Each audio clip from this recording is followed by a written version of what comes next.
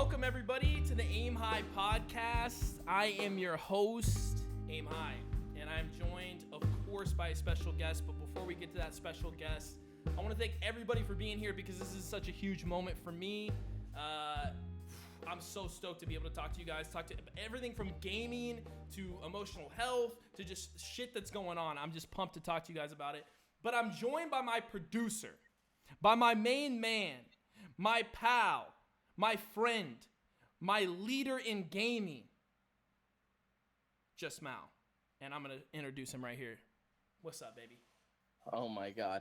Such an honor to be here with the man, the myth, legend, the one, the only, AimHigh, and yeah, keep that down low. Keep that down low. Even though YouTube can see him, don't spoil anything for the audio listeners. Okay?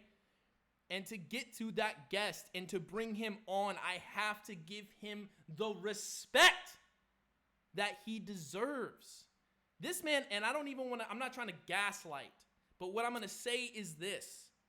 Just in a hypothetical dreamland fairy tale world, if I were to get married tomorrow and, you know, the guy marrying me said, hey, listen, you need some groomsmen, you need some best men, you need some people up here standing with you to say I do to the one, the only love of your life. I'm not going to cap. This man may be in my groomsmen party, okay? If I end up sometime on Jimmy Fallon, I'm going to look into the camera and be like, yeah, my career's because of this guy. He is not only the greatest 2K sharpshooter of all time, not only the leader of the A.M.P squad, he is the man, the myth, the legend, the mayor of 2K, Agent 00. Bring him in with that boy right there with Toronto. Hey, I've never seen, bro, in my life, bro, I've never seen an intro with that much hype, man. Hey. You have to play some, like, gladiator music behind that, bro. Like, you have to get string quartet with the choir. Yes. Just as it hits the thing, and then boom, I appear, and then Bring it up. It's just me. Wow, Aim, wow. I'm glad you called me the mayor of 2K. It's my new PSN. Appreciate. No, it's not. Are you serious? I swear to God, that's my new PSN. Yeah. Yes, dude. Yeah. So that's what I've been up to. Man, happy to be on here, AimHigh, the one and only, the legend. I'm happy you're back streaming too. Hey, man, I'm not back streaming until November 30th, but people are going to see this November 15th. Oh, okay. I thought it was going live after. Yeah, but I appreciate that. But I appreciate that sentiment because I'm really excited to be back. So it makes me happy that you're excited that I'm back. I don't know, in a weird way. Yeah. No, that makes sense. Totally. Yeah. So I'm excited. Dude, thank you for joining us. I'm gonna get sentimentals out the way. Audience, podcast listeners, listen, my Bobas, family barbecue gang. Okay, listen. And I just realized Mal's has been on the screen. I'm gonna take you off, Mal. Hey, dude, you gotta put me in the back already? Damn. Oh, my guy. I get it, bro. My guy. I love you though. Get off the screen, Mal. Fine. Hey, for real though, this man across from me, hey, listen, Agent, no shit, man. Like, in a weird way, I know I'm older than you, but in this industry, I feel so much younger than you. So it really is like a mentor role where, like, I feel like I've learned so much for you in the past, like, I don't know, year and a half, 2 years that we've been friends. And then even coming down here to Atlanta, it's been so gracious of you to open up your home, where I've come over and hang out, learned some different things, seen some different things. Open up your lifestyle. We be out here just partying in Atlanta with Future and fucking T.I. It's just crazy, man. That you and Lil Baby. You forgot Lil Baby. Yeah, I'm saying. You know what I'm saying? Be on the rooftops of Atlanta, just spreading the. No, I'm just kidding. Pause. Yeah, we would never do that. We would never do that. Never. But what I want to say though is genuinely thank you for that, because you don't have to do any of that stuff. And I want you to kind of show me how this is done, because listen, the YouTube listeners are listening, and I think I got to tell them to do stuff, right? What do I got to tell them to do? Like, It depends what you want, man. Hey, man, I need some subscribers. I need some likes. I need some noti gangs. Yeah, come on, show me how to do it, baby. Nah, you just had to, like, honestly, they just kind of figure themselves out. You feel me? Yeah. I don't know how to explain it, but yeah, podcasting is so weird because it builds like a community. unlike anything you could create from videos or streaming. Like it's just different. I saw Kenny do it, and he just has like his core audience is so deep, it literally makes no sense. And everyone just knows that about him. That's how like big podcasting has gotten. So you say you can make AimHigh gonna do a podcast? I'm like, yeah, I'm trying to be there, man, because it really could take off, bro. Appreciate You that. never know. And I feel like you've been through a lot.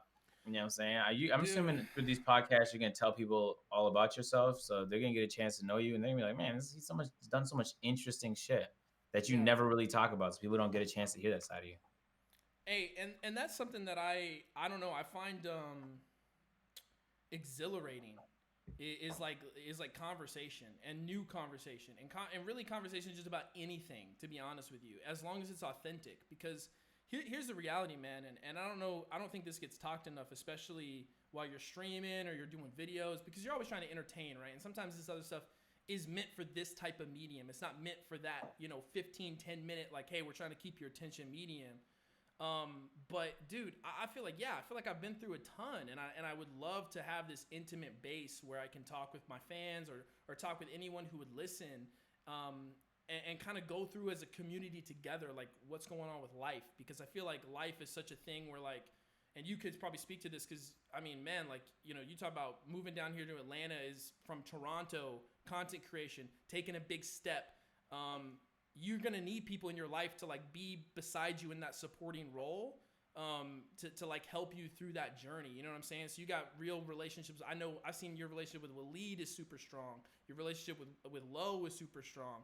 So I mean, and for the fans, maybe that's a little bit stronger than others, or maybe I don't know. I don't know the relationship with Lowe. I've seen some weird pictures on the internet and Twitter. Bro, literally 2 days ago, he tried telling me he didn't love me, and I was trying to tell him, like, bro, you love me. Why are you lying to the audience, bro? Why he trying to be so fucking cool all the time?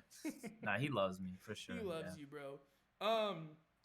But dude, that's, hey, listen, and that I feel like is a needed thing as a human, right? Is to have that connection. And so I don't know. I think that this medium can bring me closer to my audience and them closer to me, and we can learn about some cool guests on the way. And you're the first one, man. So thanks for being here. I appreciate you. I'm happy to be here, AimHigh. Thanks for having me. Let's get right into it, man. This is what I want to know. Okay, I saw a picture online. Oh. Two separate people. One is the aforementioned Legend of Winning. One is of Agent 00. And it says, given what we seen from this past A.M.P video, in a 1v1 to 12, who would win? I'm going to tell you what I said first, and then I want you to go. I watched the A.M.P video. I did. I didn't like what I saw, to be honest with you. But I saw some potential. And in a 2-12 one-on-one, I firmly believe, Agent, you are taking that victory 13-4 over Legend of he Winning. wouldn't even come close. Yo, I tried telling people, because people just think it's excuses, but the floor was really slippery. And I actually could see that. Yeah, you'll see it when Lowe was posting me up, because Lowe could have got position on me on the post up if it wasn't slippery, and I could have got position on Davis if it wasn't slippery. So the defender had a huge advantage when it was slippery. That makes sense. Yeah. But Lowe is really fucking bad. I don't know what it is. That wasn't the only time I've ever played Lowe, though. Lowe has like this magical touch to his hook, where no matter how ugly it looks going up, it looks just so ends bad. up. Yeah, it looks hideous, but it just goes in. But because I'm not smaller than him now, but not small, I'll contest those. As long as my shot is at least hitting at 30%, I would never lose to Lowe. I just wouldn't. He'll get tired before me. Posting up is very tiring. It's not really a competition. Lowe retweeted that tweet, by the way. At first I was wondering, because somebody, one of the burners posted that, and then I was like, why are people saying Lowe? Like, I know people don't actually think Lowe's gonna win. And then I went to Lowe's Twitter. I'm like, he probably retweeted it. He retweeted it. I was like, oh, okay, that's fine. That makes sense. Yeah. No, listen, here's the thing. I've seen you shoot. I feel like you're not a great shooter, but you're also not a bad shooter. So I feel like you're gonna, in a 1v1 to 12 ones and twos, I feel like you're gonna knock down at bare minimum 3 threes. So 3 twos. I think you're gonna knock down 3 twos at least. You're gonna be in the post a lot. I think like you said, I think he's gonna get more tired than you, and I think eventually he's gonna start guarding you, or he's gonna stop guarding you, chasing you out to those rebounded balls. If you guys play one-shot possessions, maybe it's a different story. But Nah, even then, I just don't think it would be entertaining though, because yeah, he would just start sagging, and I'll just start shooting, and he'd start posting up with 30 seconds on the clock, and then I don't think it would be a fun matchup 1v1. It would only be fun because people want to see it, but walk the us. actual 1v1 itself would be dry as shit. And that, but here's the thing though, and the reason for people that don't know, Agent 00 here has another YouTube channel, and you should go check it out. Links will be in the description, of course, to the A.M.P channel with his group of guys, and that's what we're kind of referring to. He had a basketball scuffle with Legend of Winning, who is a great guy. Love yeah, it. Yeah, a loser. But but walk us through a day in that production, in that video production, because man, there's a ton of personalities there. There's a ton of people to get attention and camera time, and it sometimes I'm sure that it can be hard to kind of decide who's gonna do what, or is it like, hey, we're just gonna go out there and film, and whoever is the loudest, or whoever has the greatest content. Walk us through a video production for the AMP video. It depends on the video. Phantom. Okay, so all of us plan the videos with Omar. So one of us and Omar get together and we plan the videos together. So that 1v1 tournament was my original idea. Actually, I mentioned something on a podcast one time about how Jester's the best hooper in 2Hype. And then a bunch of the 2Hype guys were reacting to that on Twitter. And then anyway, long story short, I ended up tweeting at Chris and saying, let's just see who's the best, do 1v1 tournament. And I don't know if they ever ended up doing it, but I know that it was a good idea. So then we ended up doing it. And Phantom planned that video. But when I got to the shoot, I'm usually the person who sets up all the cameras and shit. I don't have a great understanding, but the rest of the guys, they couldn't tell you what they don't know what compositions are, 3-point lighting, 180-degree rule. There's zero idea. Nothing. So they have nothing. Where to put lights, where to put cameras, they would have no clue. Hey, let's send them to an AimHigh basic film school class very session. Basic, you know very what I'm saying? And there's videos that explain that shit in like 3 minutes, bro. 100%. It's not difficult concepts. Yeah, we're gonna need you to come down and just school them. Like, all right, guys, let's say you want to light the scene. Where would you put the lights? Just to see what they say. We're gonna have shadows over here. We're gonna have yeah, so when I got to the shoot, I set everything up. We had to get real crafty because we lost our tripod, so we just had chairs and stools to put the commentary camera on. We do it real ghetto. I'm not gonna lie to you. But then I didn't like Phantom's format, so Phantom had it up to 5 and single a limb, and I was like, that's horrible. Let's do double a limb up to 3, so that way they see us more. So we ended up going with that. The video was real gas. Is that a fight to do something like that, to make a change like that, or is everybody pretty much like, okay, if this will better the video, like we'll do it? Or, in almost every situation, like if let's say our next video, I had an idea. I don't want to say what video it was because I don't know when it's live, but I had an idea, and then Phantom was like, nah, that's not the idea to go with.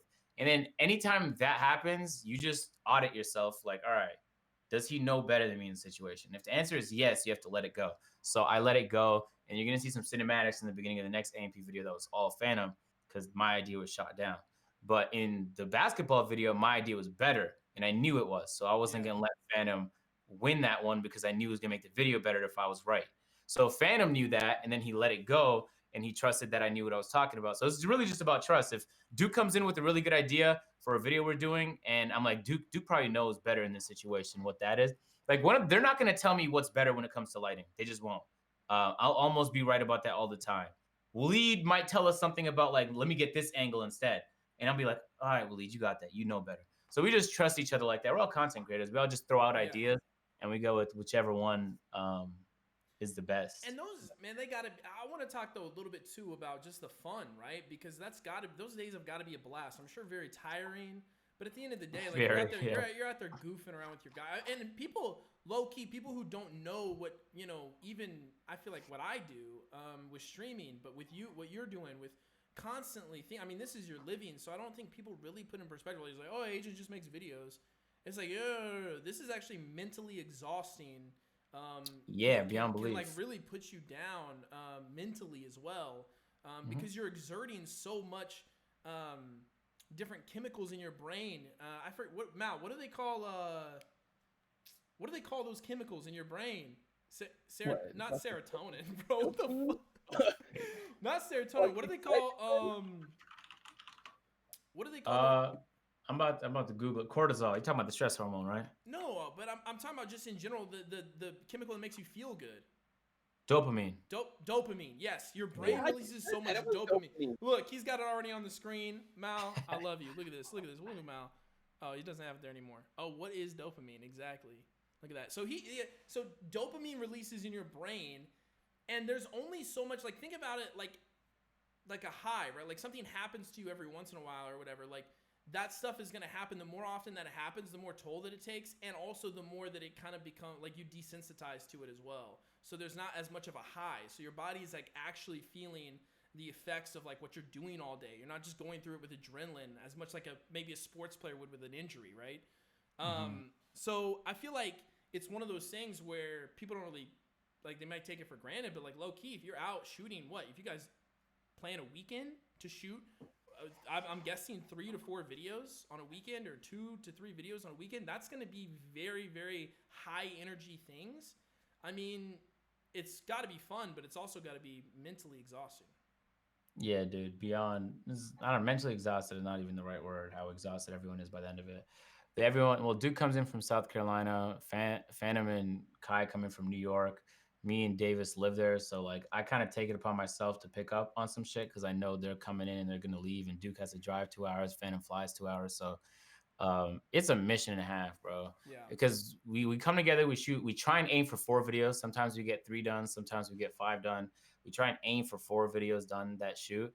By the time the second video is done, we're done. Like we do not want to go on further because we're exhausted. And then you have to wake up tomorrow, the next day.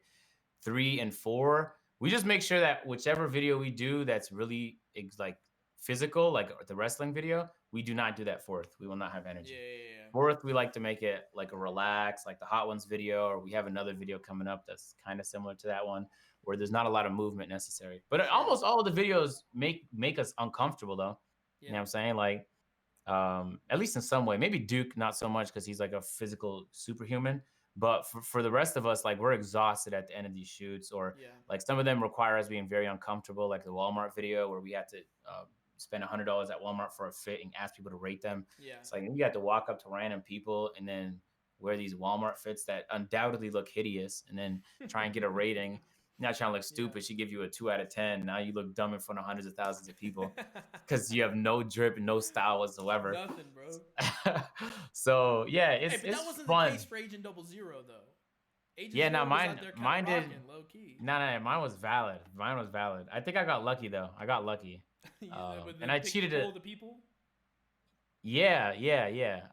I kind of cheated a little bit too because I got like 5 extra minutes in there, but they cut that out the video. But that's because I literally left Walmart. It's a long story. There's a lot of behind the scenes shit that no one ever ends up seeing because we just try and make it into this production. Yeah. But yeah, those videos are way more complicated than my main or second channel videos. What's the process too on the final product editing wise? Because I know that there's so many different things going on with YouTube. I know like forever there was like you got to hit the 10-minute mark, right? And now it's like the 8-minute mark, and then there's like longer videos. For a long time people didn't do longer videos, and now people are doing longer videos. And now I see you guys started out, I feel like 20 minutes, maybe 20 to 25 minutes. All of a sudden it went up to 30, 35. Now we're up to 50. I think this last video was 49 minutes. Yeah. So we just through the like, what is that Chris, or is that you guys saying like, let's shoot for this, however much content we get, whatever, or we got to shoot for this type of time? Like what's your process in that? No, I never tell any person editing any content what time to make the video. The content decides the time. Yeah.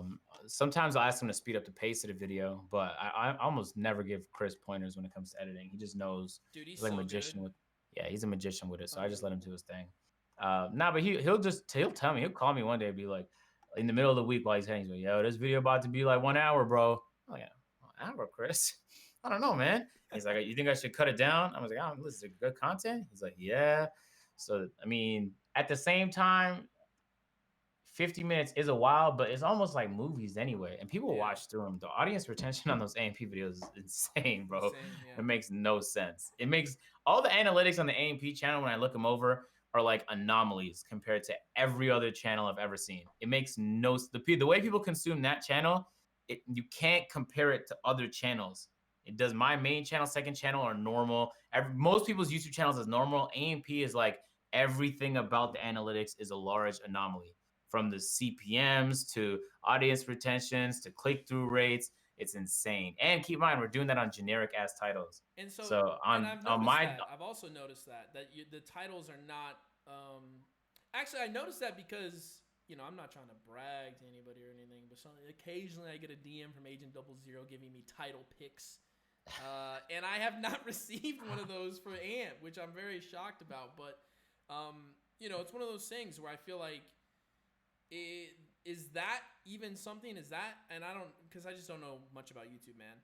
Is that like a critical thing that when you do implement that, it's going to take something to the next level, or maybe not really, or you just have no idea? Nah. Once you start clickbaiting, the channel relies on clickbait to survive. And the content that we do on that channel, So you it's don't need it's the to thing that you clickbait. don't want to do. You don't want to do Yeah, we clickbait. actively. Okay. There was one time where Phantom wanted to bait a little bit on the title, Yeah. and I strike that down very hard. I didn't even want to come close to doing that ever on that channel, because I do that on my main channel. I know what that's like. And then now, once you start doing that, there's some videos you just can't make no more because your channel begins to rely on And that type of content. talk to us a little bit too, just about the creation of AMP, because is that your baby? Is that your idea to bring these specific people together, or was that kind of just Nah, happened, or how did it this was. is wildly successful for you guys so far? Yeah, no, we know what we want, man. We just want to win at the end of the day. And at right now, like we have YouTube channels, but we don't own nothing. Yeah. We need to own something of value, so we got to create it. So, group shit works. Group shit works so well online that it's actually more popular than individual shit. Like our A.M.P channel is already pulling more per video than all our channels, and we knew that was going to happen off rip, and we just wanted to build it to that point. But now it's actually Phantom's baby. A.M.P name, Phantom created it. We're about We to move got to your LA. we got your channel up here too on the screen. Thanks for pulling that up, Mal. So just people want to know, this is where it's at right here. But sorry, continue. Yeah, nah, Phantom, that was Phantom's name, Any Means Possible. And we rocked with it. We were going to move into a house in LA with a whole different group of people.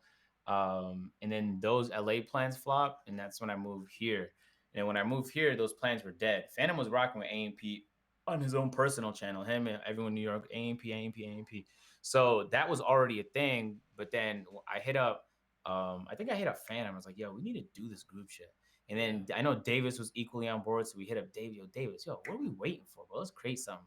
And then we just needed like a fourth member who not only had clout, because that was important to the launch of the thing, but also would be a personality that fit the rest of us. It can't be like a duplicate of what we already are. Sure. And then Duke Dennis was the perfect person to just boom. And I was surprised he was as like excited about it, to be honest, because Duke is a type of person who just likes being at home a lot, and he likes what he's used to, I think. So I thought like introducing something that brand new, he wouldn't be fucking with it, but he was really fucking with it. And I know he sacrificed a lot because he drives over, and he Duke loves home so much. There's barely ever a reason for him to leave home for more than one day, but he always comes to the shoots, always brings energy. Yeah. So yeah, so we just began to build it, man. We worked through like infinite issues shooting, just to make sure we minimize errors. The morale and chemistry is higher than it's ever been, and then the videos I feel like are getting better too. So I mean, it's a good formula. This shit is working. So we're at like our last few videos have just been going crazy.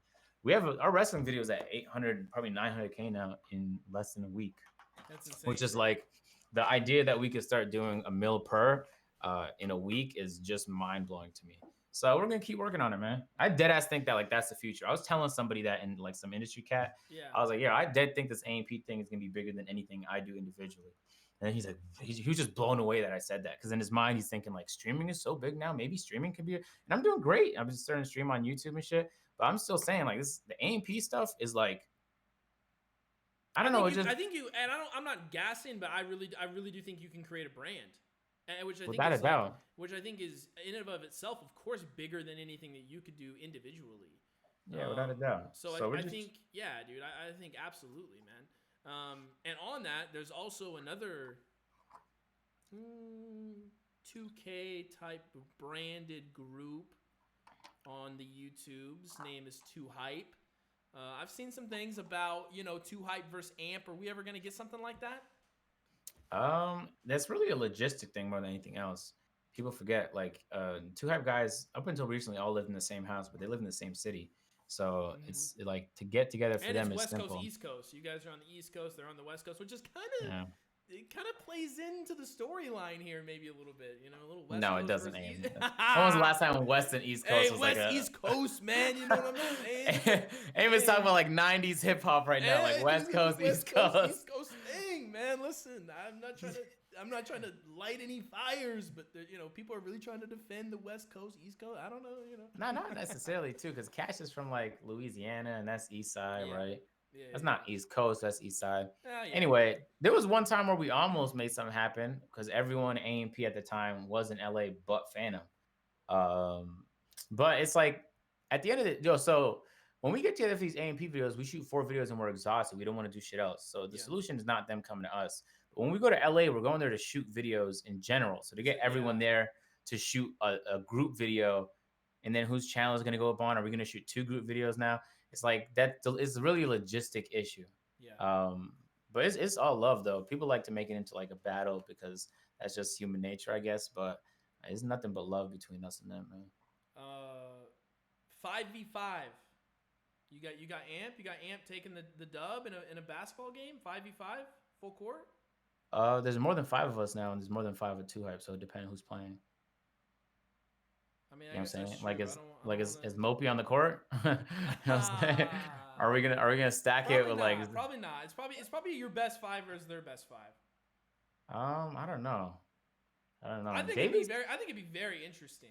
Yeah, without a doubt. People underrate Davis because they like to talk shit about him, so they never give him credit. Dude, but Davis is good. He was finishing, Yeah, dude. I've been trying to tell people since time. Davis's finishing is his best attribute by far, and I don't know how he got even better at it. Well, the shit he was doing in the recent A.M.P video was blowing my mind. Yeah, pretty crazy.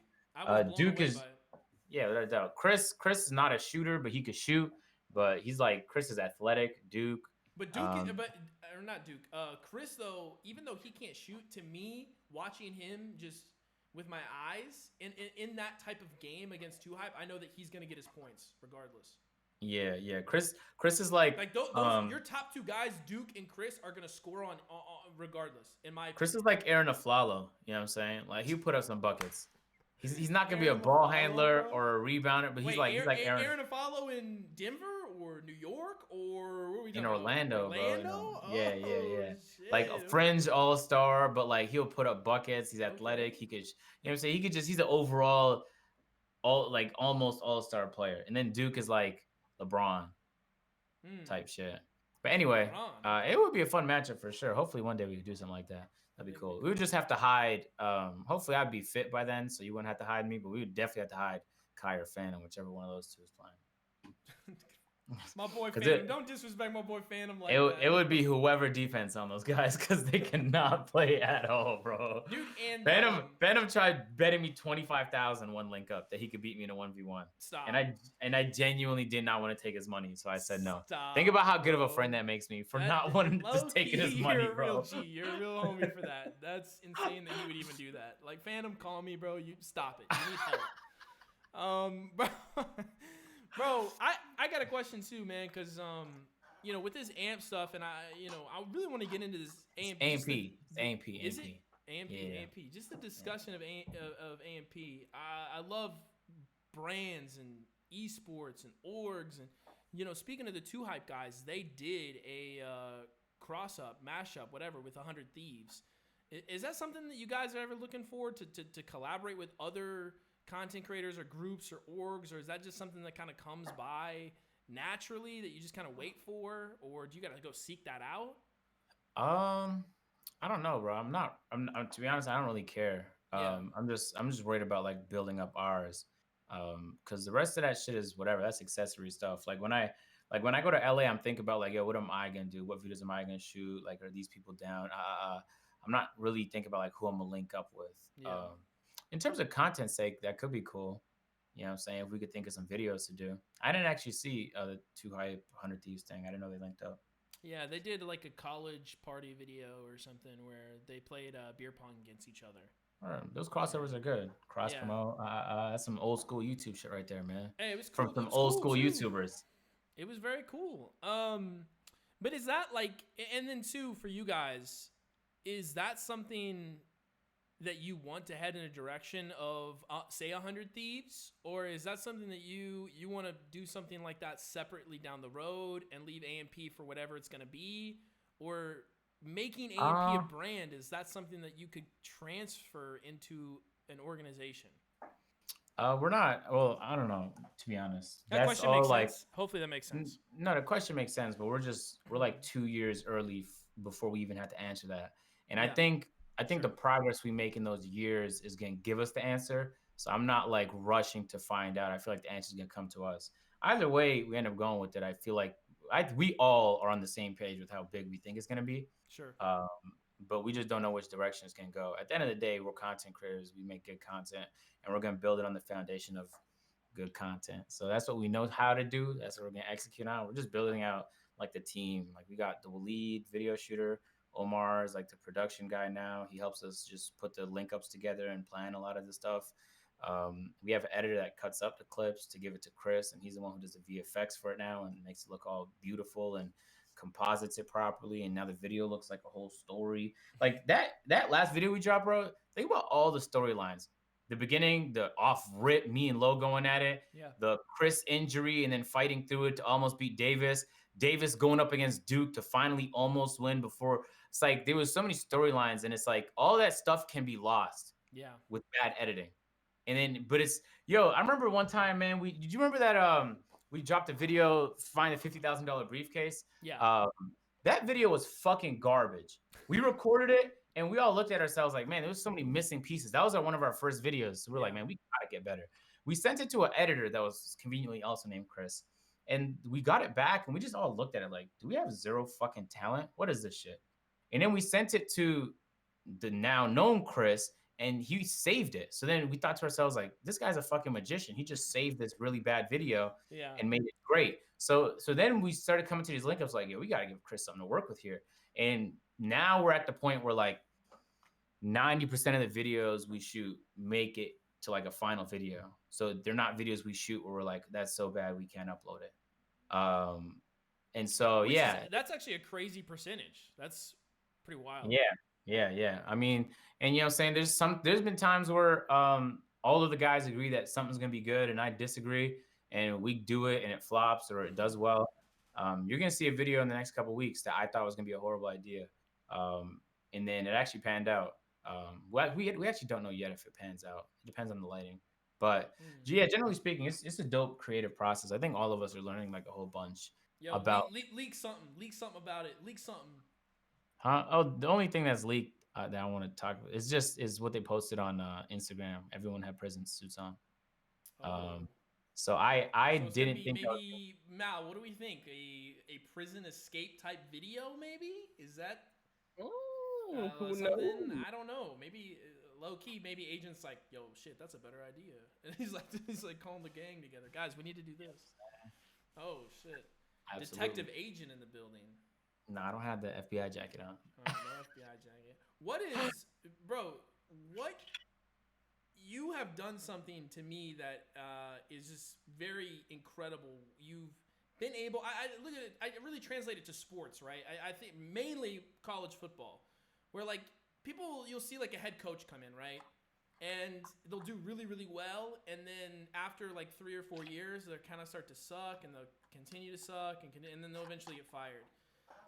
The coaches that last a long time in college are good recruiters, but they're also able to adapt to the players that they recruit, because it's not like you just go out and recruit a player and they immediately come to your team, right? Like if they don't come to your team, like you kind of got to deal with what you have, right? You got to adapt your playbook to your players.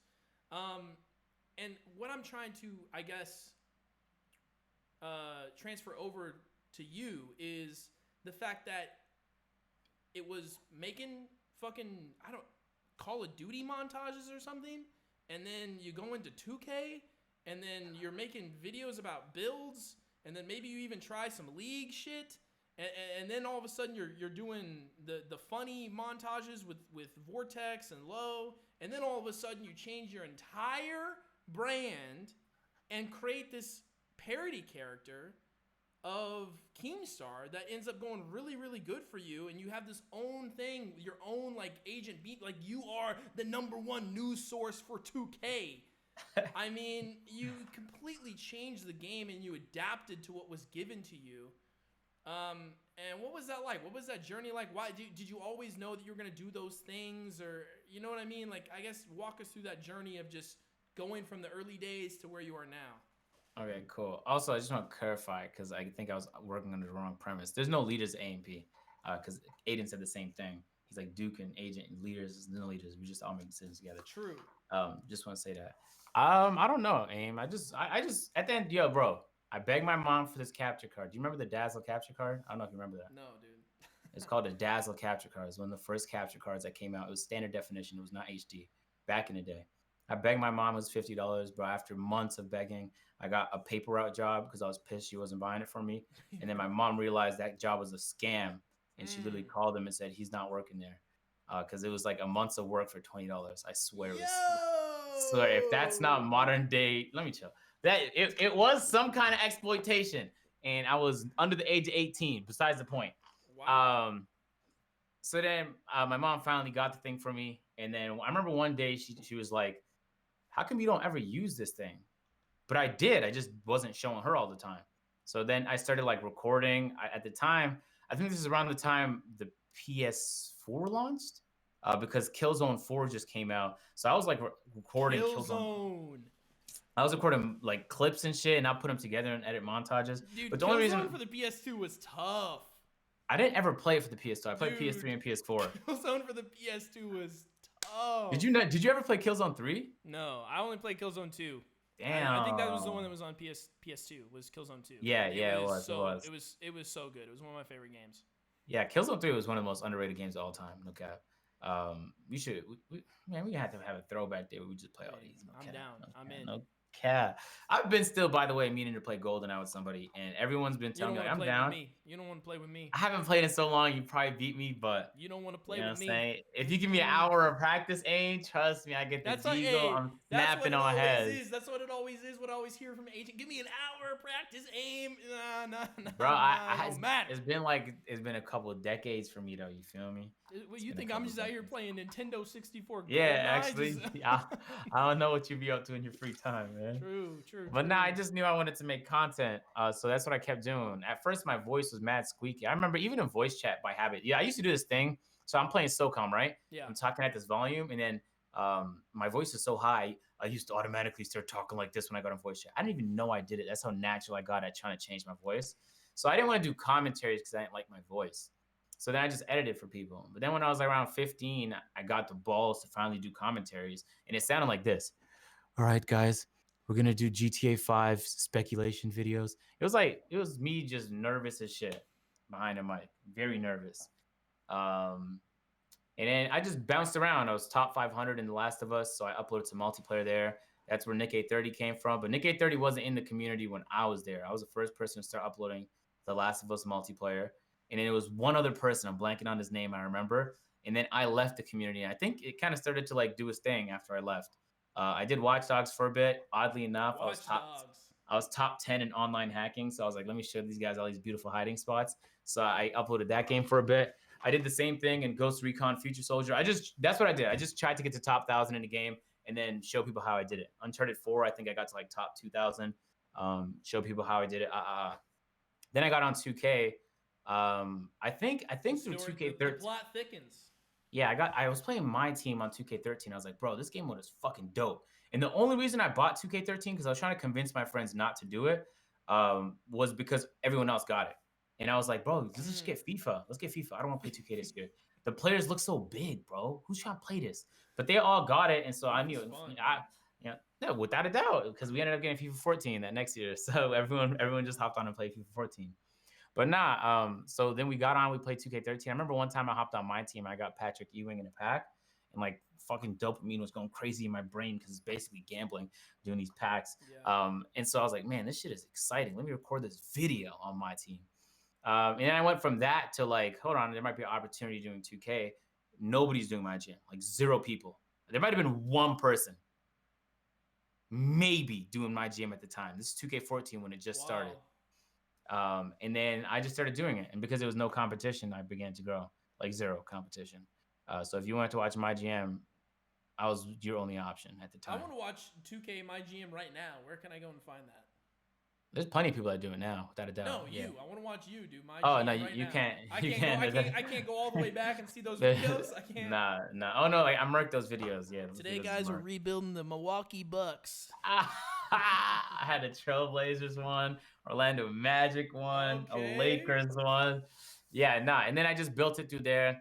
YouTube is like it's pretty simple game, but you have to be aggressive enough to know how to take advantage of it. You know what I'm saying? I grew up in the My GM thing. I saw Lost and Unbound do a pivot and grow. I did the same thing. It's very difficult to pivot and grow without losing all your base because that's what they've known you for. My GM, you're gonna do park now, buddy. He grew the wrong way, actually.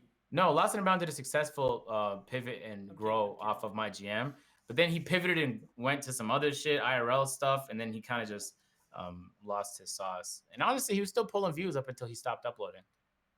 For what it's worth. But I studied his channel a lot just to know what I had to do to get out. Because doing my jam for 3 years every single day, it was cool because, you know what I'm saying? I did it for 3 videos. Low key, people don't know this. I did it for 3 videos. Yeah, I remember.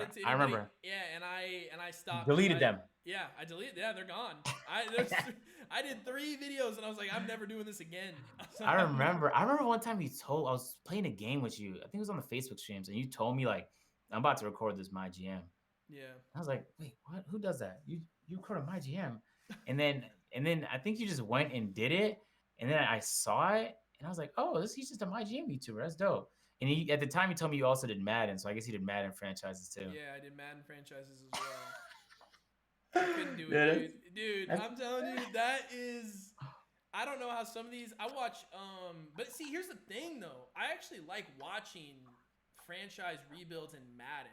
I don't really like it as much anymore with 2K, because I feel like 2K league stuff and GM stuff is like so repetitive that I don't know, man. It just like I just feel like it's the same, like especially with specific teams. Like I feel like if you know, there's only so many times you can rebuild a team. You know what I mean? Before, especially because 2K isn't like an actual simulation. Like you are gonna see the same players in free agency. The same trades are gonna work for the. You know what I'm saying? Like it's just kind of super repetitive. But with Madden, I don't know. There's a little bit more if the creator takes it seriously. There's a little bit more of avenues. So I really like watching a guy Bangle. Bangle does really good franchises for Madden. And there's another guy that I watch too that I can't think. But MMG. No, but MMG does Ultimate Team. I do love me some MMG. He's the only Madden YouTuber right now. I just spit his name out like I'm. He blew up in Madden 19. Absolutely very talented. Yeah, creator. actually, I heard a little bit about his story. Very fascinating guy because he left Fortnite to do that. And at the time, to convince somebody to leave the biggest game on the planet to do Madden is lunacy. But it worked out. It worked out for him though. He's definitely a personality, man.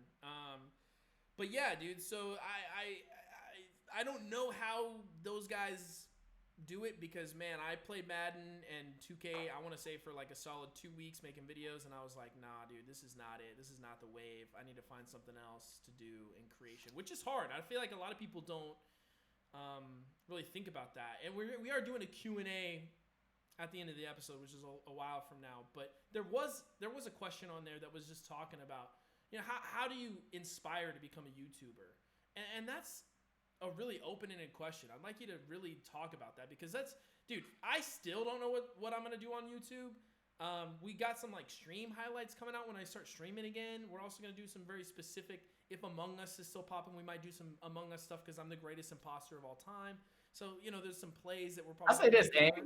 You were a pioneer, my guy. You told me about Among Us like 3 months before that shit blew up.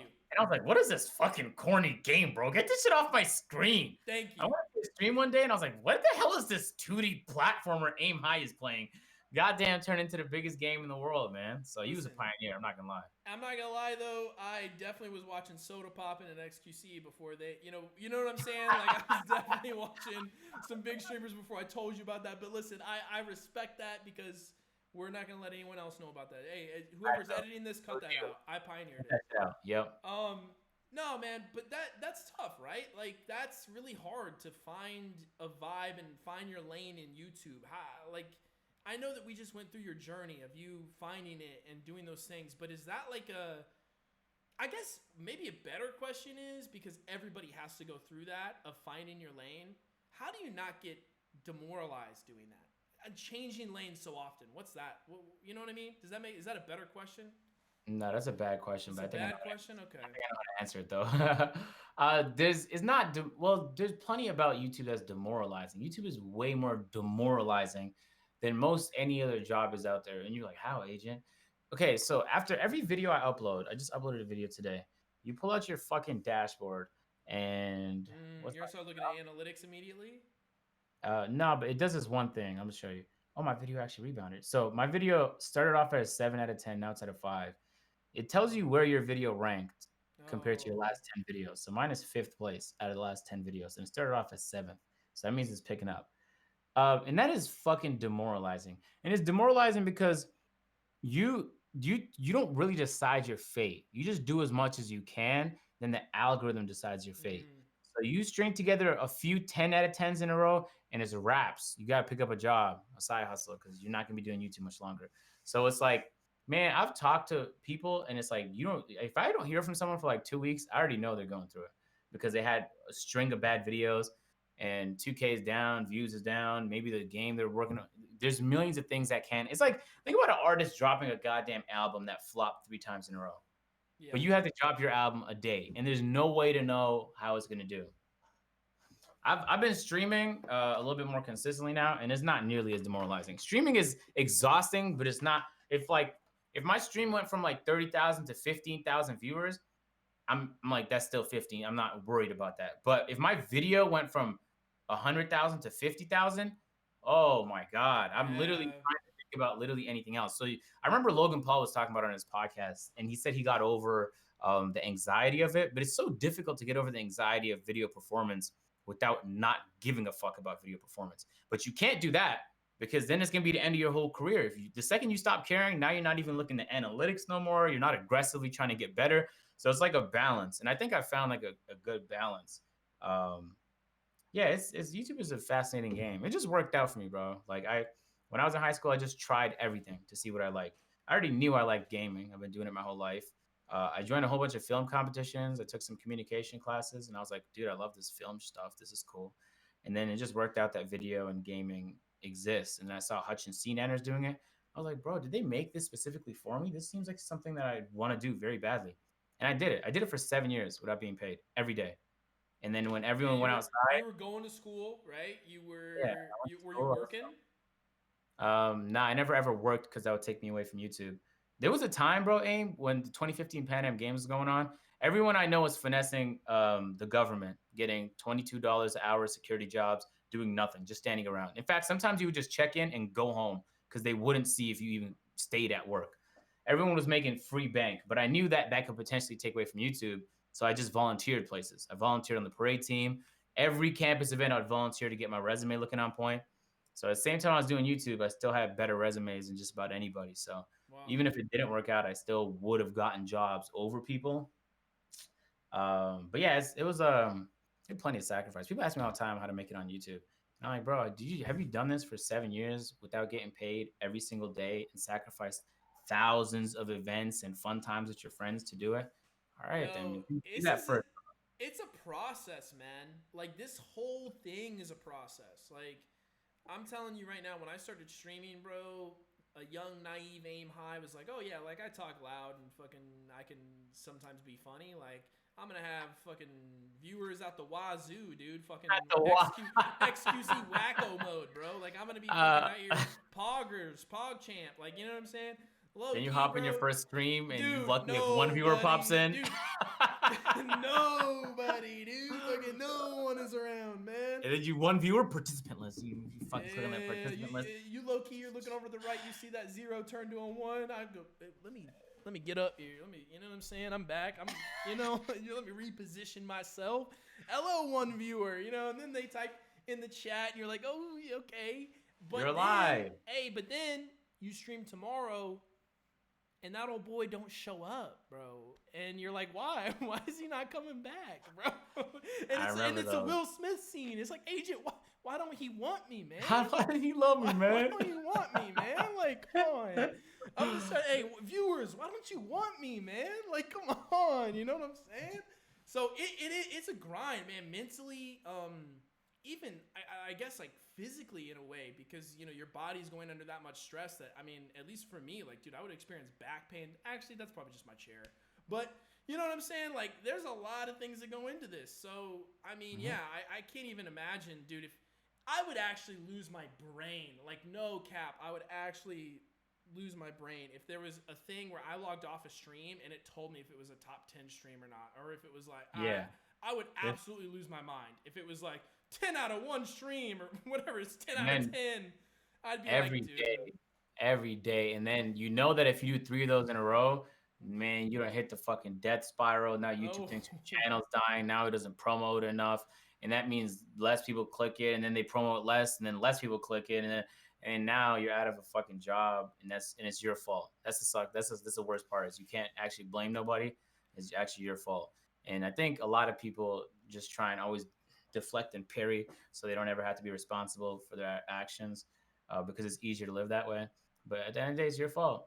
It doesn't matter. It doesn't matter if 2K is not hot, bro. It's my fault if my channel falls off. So I got to try harder. That's true. Like right now, for some odd reason, 2K21 Next Gen is not pulling any more views than current gen did. That's true. Makes no sense to me personally. But developing a whole bunch of theories. In the meanwhile, it's still my fault if this shit doesn't go well. So I'm just doing my best. That's really all you can do, man. You don't. That's bro. Just do your best. And you gotta look at it that way as well, because listen, like there's, especially I think for just the average person, even more. But for you, the tip top guys who are there at that level with you, they're not making excuses, because that's why they're there. So and just so you know, plenty of them do. AIM. I don't know how to explain it to you, but a lot of them. I would say a lot, but I would just say to the normal audience viewer, I'm telling you right now, at usually at top level, the top of the industry, thought leaders in that industry, they're not making excuses. Oh yeah, so but that's a little different, because the guys I talk to aren't really top. I'm not really top of the industry. Top of the industry is like Matt Pat and PewDiePie. I'm talking about I'm just talking about in the 2K category. Oh, okay. There's plenty of people in 2K that make excuses. I'm not gonna lie. I think in YouTube in general, the top guys, I don't think those guys make excuses. I don't think Mr. Beast makes an excuse when his video is bad. I think he knows there's something he needs to adjust, and he adjusts it. And Mr. Beast works with Daryl Eves, which is like a goddamn cheat code, because that guy knows everything about the algorithm. So call him up. That's no cap. No, I've met him a couple times at events just to pick his brain. I'm like, you know so much. I just want to know some of the stuff that you know, because you know too much. Bro. What is that? Is that a conversation that you have to just like be bold and ask, or do you kind of try to like? Nah, he hosts like a convention. He just had one. Okay. I pulled up last year. I didn't go this year because of Rona, but I think he had like a virtual one. So I'm gonna catch him. Yeah. So I just try and stay in tune with like news. I don't know, bro. It's such a fun. Life is like, bro. Everything is so boring once you got it figured out. Nobody has this shit figured out. So I'm in a perpetual state of trying to fucking figure it out. In the process, you take W's and L's. But I've gotten to the point now where I don't get high off a 1 out of 10, and I don't get low off a 10 out of 10. I don't care. And I think part of that is now I have a second channel, A.M.P channel, podcast. Like there was a day where the podcast is a 1 out of 10, A.M.P vid was a 1 out of 10, main channel was a 1 out of 10. And I still didn't really get gas. I was just like, oh, that's a good day. Let me learn from those videos, see what worked. And I just moved on. You know what gets me more excited than video performance? This is going to sound like a lie, but like a good sunset, bro. Or like pink leaves on a tree. Dude, I'm pumped right now, dude. We're in Agent 00's feels right now, dude. Let's go. Sort of guy, bro. Like a few weeks ago, there was a sunset that was so juicy. I just started screaming in my car. Like I was so happy. I was like, why am I so happy right now with the sunset? Why is it hitting like this, can you bro? see Mal's screen? Yeah, I can. Yeah. No, I just Hey, get him in the mood, Mal. Get him in the mood. no, but it's good. That's good vibes though. Yeah. Small shit like that makes me way like what makes me happy is like when I see a car that's as beautiful as mine. Well, it don't have to be expensive. It could literally just be a Mazda 3, but the way he put the Mazda 3 together made me feel a type of way. Yeah. It just made me smile, man. Yo, bro, I was at the gas station. You know what I'm saying? This was after I did the podcast with Dominique. Do you remember that one? Yes. Yeah, so right after that, A first lot of of all, good memes. A lot of good memes came from that. great memes, podcasting, Great memes all around. GG's all around. GG's all around. GG's all around in the community. So I went that actually I was gonna link up with you that night. But Yeah. before I did, I went to the gas station and I picked up a Coke Energy. But on my way to walk into the gas station, swear to God, bro, there was a dog sitting in a pickup truck as if he was fucking driving. And I started just laughing out loud, like in public, just dying of laughter. So I went in, I got my Coke Energy. I had this giant smile on my face because what the fuck is the dog driving for? It literally makes no sense. And then when I'm leaving, there's a guy like examining my car. I'm like, hey, what up, man? And he's like, I love your car. And, you know, I'm used to getting that. So I'm just like, I appreciate it. And then I'm like, oh, is that your dog? And that was his fucking dog, bro. And he was like, yo, I have like a band, man. And now he's like, anytime you want to like if you need a dog, like he's a service dog, he'll do anything. I was like, that cute dog that was driving, you mean to tell me I could touch him? So it just made me so happy. In that moment, bro. Are we gonna get a dog star in the next A.M.P video? Like, is the dog gonna be in an A.M.P video? Like, no cap. But that moment made me more happier than any video did. But the process of making videos is infinitely fun. But the performance, I don't rely on it for my happiness, though. Yeah. If that makes sense. And even when the videos are doing bad, I just take it on the chin. And then look for a new job. But, you know dude, what I'm saying? Isn't this the journey though, man? Because like for me, like I've been learning a lot because I've had for the first time and you know this, I streamed I want to say for a little bit over a year and a half straight. No breaks, no nothing, 6 days a week. And man, I'm telling you, I started to take a break in mid-September, and I'm just now coming back. November 30th, by the way, is, you know, for people watching, November 30th is when I'm coming back streaming. And I like, there's so many things that I've learned in this time to like take off where it's like, okay, like I actually do love the process of this. Like I love the journey on the W's and the L's, like, because there's so many things that I want to learn, because to me, streaming in particular, I know that like I'm going to eventually have to get into content creation as a whole to have a career, but streaming in particular to me is so interesting because there's so many different things that go on, from being a good communicator, to being good at the game, to having a good professional setup, to having a good environment, to having good vibes, how the audience is taking and receiving all those things, and what can you do better on those things. And I think that, and even to the point where it's like, what games are you playing on certain days? Are you engaging with the community to come back and play with you in certain games? And to, you know what I mean? Like, and if you're doing that, are they telling their friends about it? There's so many different things about it that get me excited and get me pumped about it, to go back into this next time streaming, to go, okay, I know this now from my year and a half for that. Now I can get and apply that to this next time going forward. And nothing gets me more excited than that.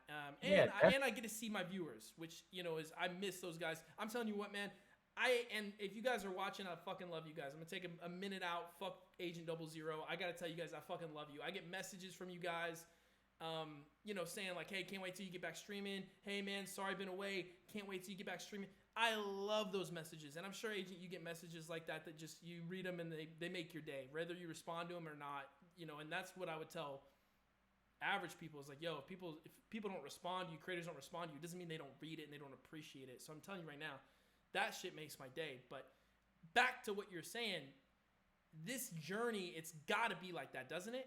It's got to be like something that you ebb and flow with. Otherwise, it's not going to work. Yeah, because man, when I tell people I'm happy, they immediately assume I'm happy because like I made progress in my career. Mm-hmm. And I didn't know how to tell them, like, man, when I was in negative, when my debit account, bro, got rejected at the McDonald's when I was in uni and $30,000 debt, I was still happy then. Like, the happiness didn't come because I got somewhere. the process should be fun. If the process is not fun to you, like Get not thrown in the field. it doesn't have to all be fun. Like you might not enjoy parts of it, and those parts you just push through. But the process should be fun though. You should be enjoying it. Yeah. Because if it doesn't, the only enjoyment you're gonna get is that temporary boost you get for a few hours when you hit a milestone. You can live your life to hit milestones. It's like 0.1% of the fucking journey, man. You're not gonna Yeah. optimize for the rest of it. That makes zero sense. It's not a good long-term strategy. Yeah, it's about the process. Like I'm doing the streaming shit now, and I'm learning so much. Like I already started developing weird bits in videos. Like I got this podium behind me where I give speeches all the time. I realized I just thought of another bit where anytime chat asks me a question I don't want to answer, I'm just gonna pretend like I don't see them. I'm throwing these glasses right here and continue playing the game. Like I'm trying to find ways to make it fun for the chat at all times. But my that the fun, I like that out of you, Mo. I wanna show our boy Mal right here. The fun is not Shades. actually getting to the end goal and having the most entertaining stream. The fun is the process of getting there. Yeah. You know what I'm saying? And so once you start thinking like that, like even right now I'm dating. The process, like the process, the idea of being fit, like yeah, Aim, if I get fit, I'm gonna be dangerous. I'm not gonna lie to you. I might turn into a different person, bro. I'm gonna be real dangerous, especially when it comes to dating. I like that. I like that from Agent Zero. Bro. You can't give me that many. Because right now I have technical status and I have money, so Hey, I already listen, kind of get. Listen, But Agent 00 single, AimHigh single, both in Atlanta, just kind of bobbing and weaving throughout the different, around the different spots in the city. Hey, we might be a little dangerous duo now. Hold on a second. I'm saying so crazy, but the process of actually dating though is challenging, but it's enjoyable. It's very interesting.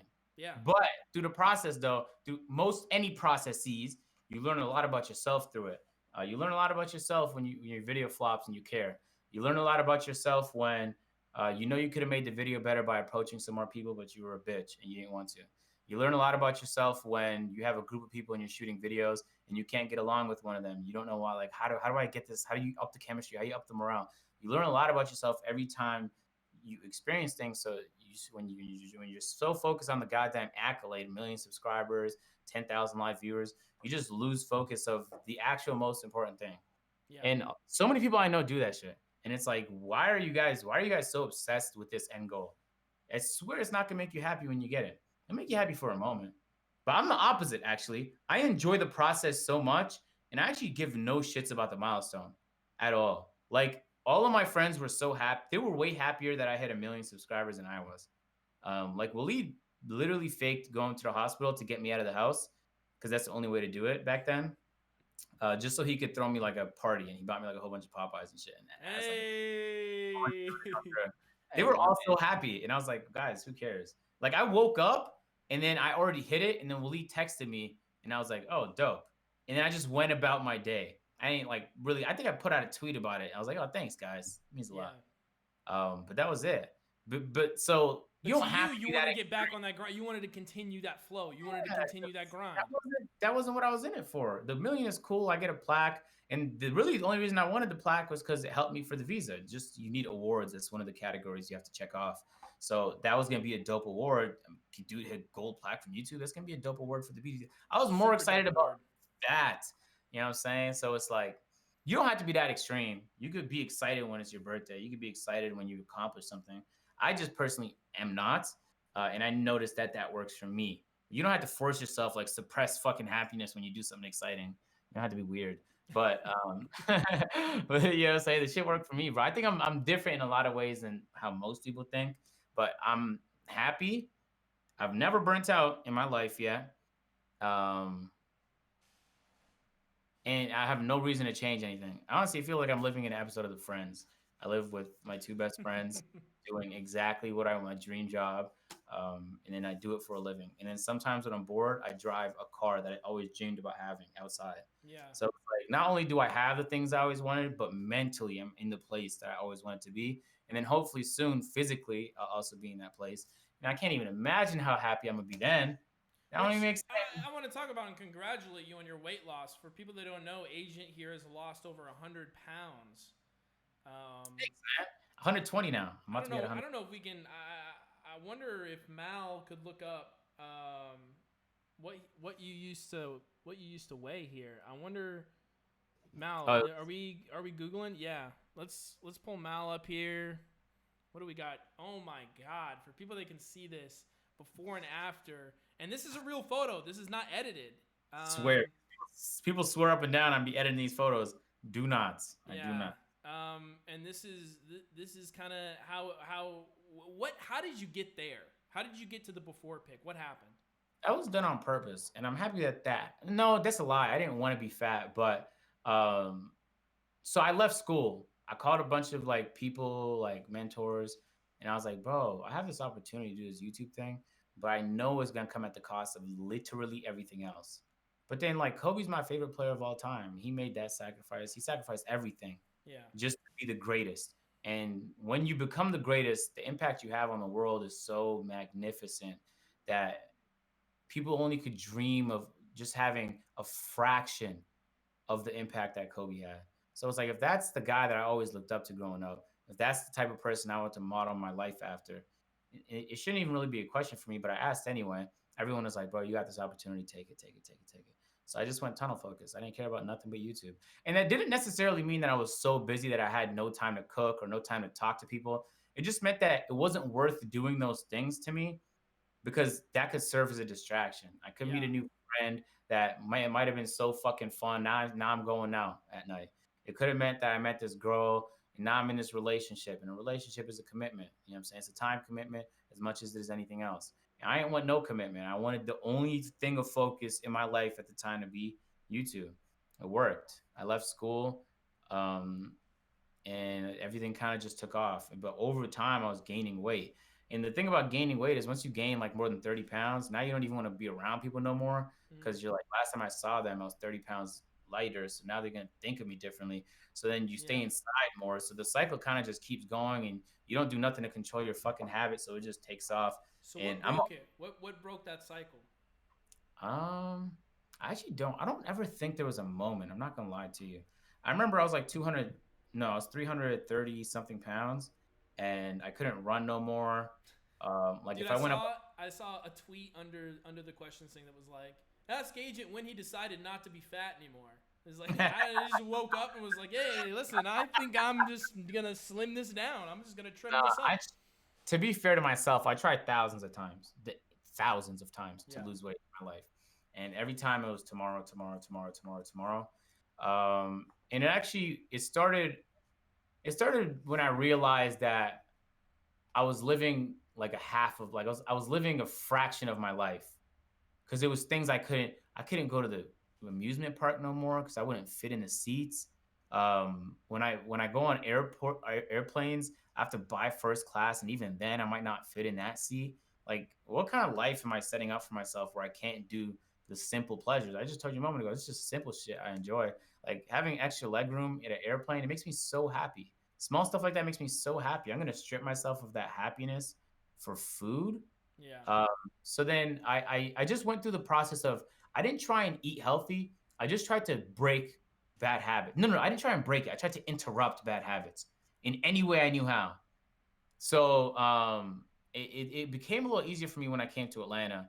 I told a story about there was this fat like white 30-year-old male that was in I this remember movie. this. Yeah. Yeah, and he Yeah. was laughing at unfunny jokes. Just he had his basketball shorts on the way I had him on. He had his t-shirt on the way I had it on, and he was just an obnoxious grunt of an individual that I saw myself being like if I didn't get my shit together. Um, so I just, you come to Atlanta, so many people are overweight here. It's such a big problem compared to in Toronto that I was like, it's so interesting. You would think like if there's more fit people around you, you'd want to like live that lifestyle and be fit, but it's the opposite. Seeing the fat people is like, that's not, I don't want to be 40 and then not have found out like what my athletic peak is because I was Yeah. fat all my 20s. Like that would make me sad. That would literally be a regret that I can't live down for the rest of my life. It was a culmination of things. It was the fact that when I was in uni and I was not fit, but I was in good shape. Like it wasn't hard to get attention from women. Like it just came automatically, especially because I lived on campus. But then when I got really fat, like no one was looking my way. I couldn't lift shit no more. Walking out wheelchair ramps was tough. Like life was not enjoy. Not that I was still happy, but I knew what I was taking away from myself. Yeah. And it was You feeling were like, thinking of what could have been. yeah, and it was Yeah. feeling like resentment in myself for how could I accomplish all of the shit that I've done, but then I can't lose weight. That So literally makes what happened then? Because you're talking about this journey to get to the top, and obviously I say top loosely because there's more for you to grow. There's a lot of potential that you still have to do on YouTube, but figuratively, over a million. You're at a top where people chase consistently and constantly, but that switched, like you said, because you were, hey, this is my focus. This is my tunnel focus. I don't even want to go outside. I don't even want to go with friends. I don't even, all of a sudden you are still doing, at least from my point of view, if not equal to better than what you were doing before. You're turning out more and more content, but you had this, I guess, time to lose 100 pounds. And I don't know if that's was the diet you chose or the way that you worked out or what happened to give you the opening to say to yourself, hey, I can. This isn't a distraction. This is me. I need to get healthy. You know what I mean? What is that decision? I just learned myself. Like I know how to trick myself to do the things I want to do. Like, okay, so for example, let's say I want to accomplish a 5 day water fast, right? Yeah. If I tell myself that I'll only do like 2, 3 days, I know that. And And people hear water fast, and I want you to know I've done a 7-day water fast, and it's dog. It sucks. It's one of the worst feelings. I will say this: Agent doesn't have this happen, but when I do it after the 3rd day, I actually get a boost in energy, and I don't really understand that. But then, like around the 5th, like it only lasts for like 2 days, and then all of a sudden you feel like death. You feel like you're a hollow person. But that was my experience. But continue with nah, yours. yeah. So to get myself to do 5 days, I just tell myself like, oh, I'm about to do 30 days. But in my brain, I know I'm only doing 5. But the thought of completing 20% of 30 is so much easier than to do 100% of 5. So I get that that's like actually. that's a small way I trick myself to do what I want. Like when I want to go to the gym, I don't actually go to the gym. I just get in my car and drive in the direction of the fucking gym. And then I just go to the gym. I don't tell myself I'm gonna get up and go to the gym because now I'm thinking all the work I'm gonna have to do with the gym. I just get in my car and drive in that direction. And then I know what I'm doing to myself. I know I'm tricking myself. It's the same thing. So if there's a part of me that I don't understand, for let's say for example, like I'm dating, it's easy for me to just turn it off. Like 2K launched, I went ghost. Like no one's hearing from me for a couple weeks. 2K launched. But if I thought that wasn't something that I'm capable of doing, then I would find a way to trick myself to do that. So when you understand you, because I don't work like anybody else. So when I tell people like, how did you do, Agent? I'm like, I don't know how it's gonna work for you, but this is what I did. So I just did the things that worked for me. Like the carnivore diet works for me. I love eating meat a lot. I could live without carbs. I actually feel better when I'm not eating carbs. And it's extreme and it's a challenge. So it makes me want to fucking accomplish it more. Carnivore is easier for me to maintain than keto. Keto is a way easier diet because you could have at least like over 50 grams of carbs. But carnivore is harder, but I could do carnivore way easier because it's a challenge to me. Keto just feels like I have to have some carbs, moderation. It's just easier for me to just have none of it. Yeah. So I don't have to like now I'm weighing things like can I have some more of this right here? I don't know if am I pushing it? Like I don't even have to have that conversation. I just make the whole process simple. It's interesting to me that because what I'm hearing is like ironically to me is like two different things, two different thoughts, and you have to like almost decide to go in certain lanes when you're thinking mentally because it's like I see on one hand someone that wow, like the work and dedication it took for you to get to where you're at on YouTube is unbelievable. And then this dedication to lose 100 pounds is unbelievable. And then on this weird flip side, there was a part of you that let you get to that place. Nah, but I'm so happy you did though. That wasn't like a mistake, because I don't think back then I was strong enough to deal with the distractions that I deal with now. So it was a Yeah. needed valley for you Yeah, to go yeah. in to be able to I get didn't, to I where you are couldn't. now. Can you imagine if I got in a relationship then? That would have ruined my life. Mm. That would have ruined my life, bro. And so it's like, I don't think I would have had the strength to like keep work a priority But now I'm gonna be simping over here on the fucking side. Yeah. And then the reality of that is now my life is going a whole different trajectory, and it's not in the way that I've dedicated the last, at that point, 8 years of my life to try and get to. So it's like, but now, even though I'm talking to people, it's so easy for me to just be like, all right, I'm just not gonna tell. I got shit to do for the next 2 weeks. And sometimes they're gonna make a problem out of it. Sometimes they're not gonna make a problem out of it. And then I'm gonna call them in 2 weeks. And if they don't pick up, I actually still don't care. I just kind of detach myself because this is my priority. Like I really want to take this shit all the way. I have no idea where it's gonna end up, but I want to go all the way with it.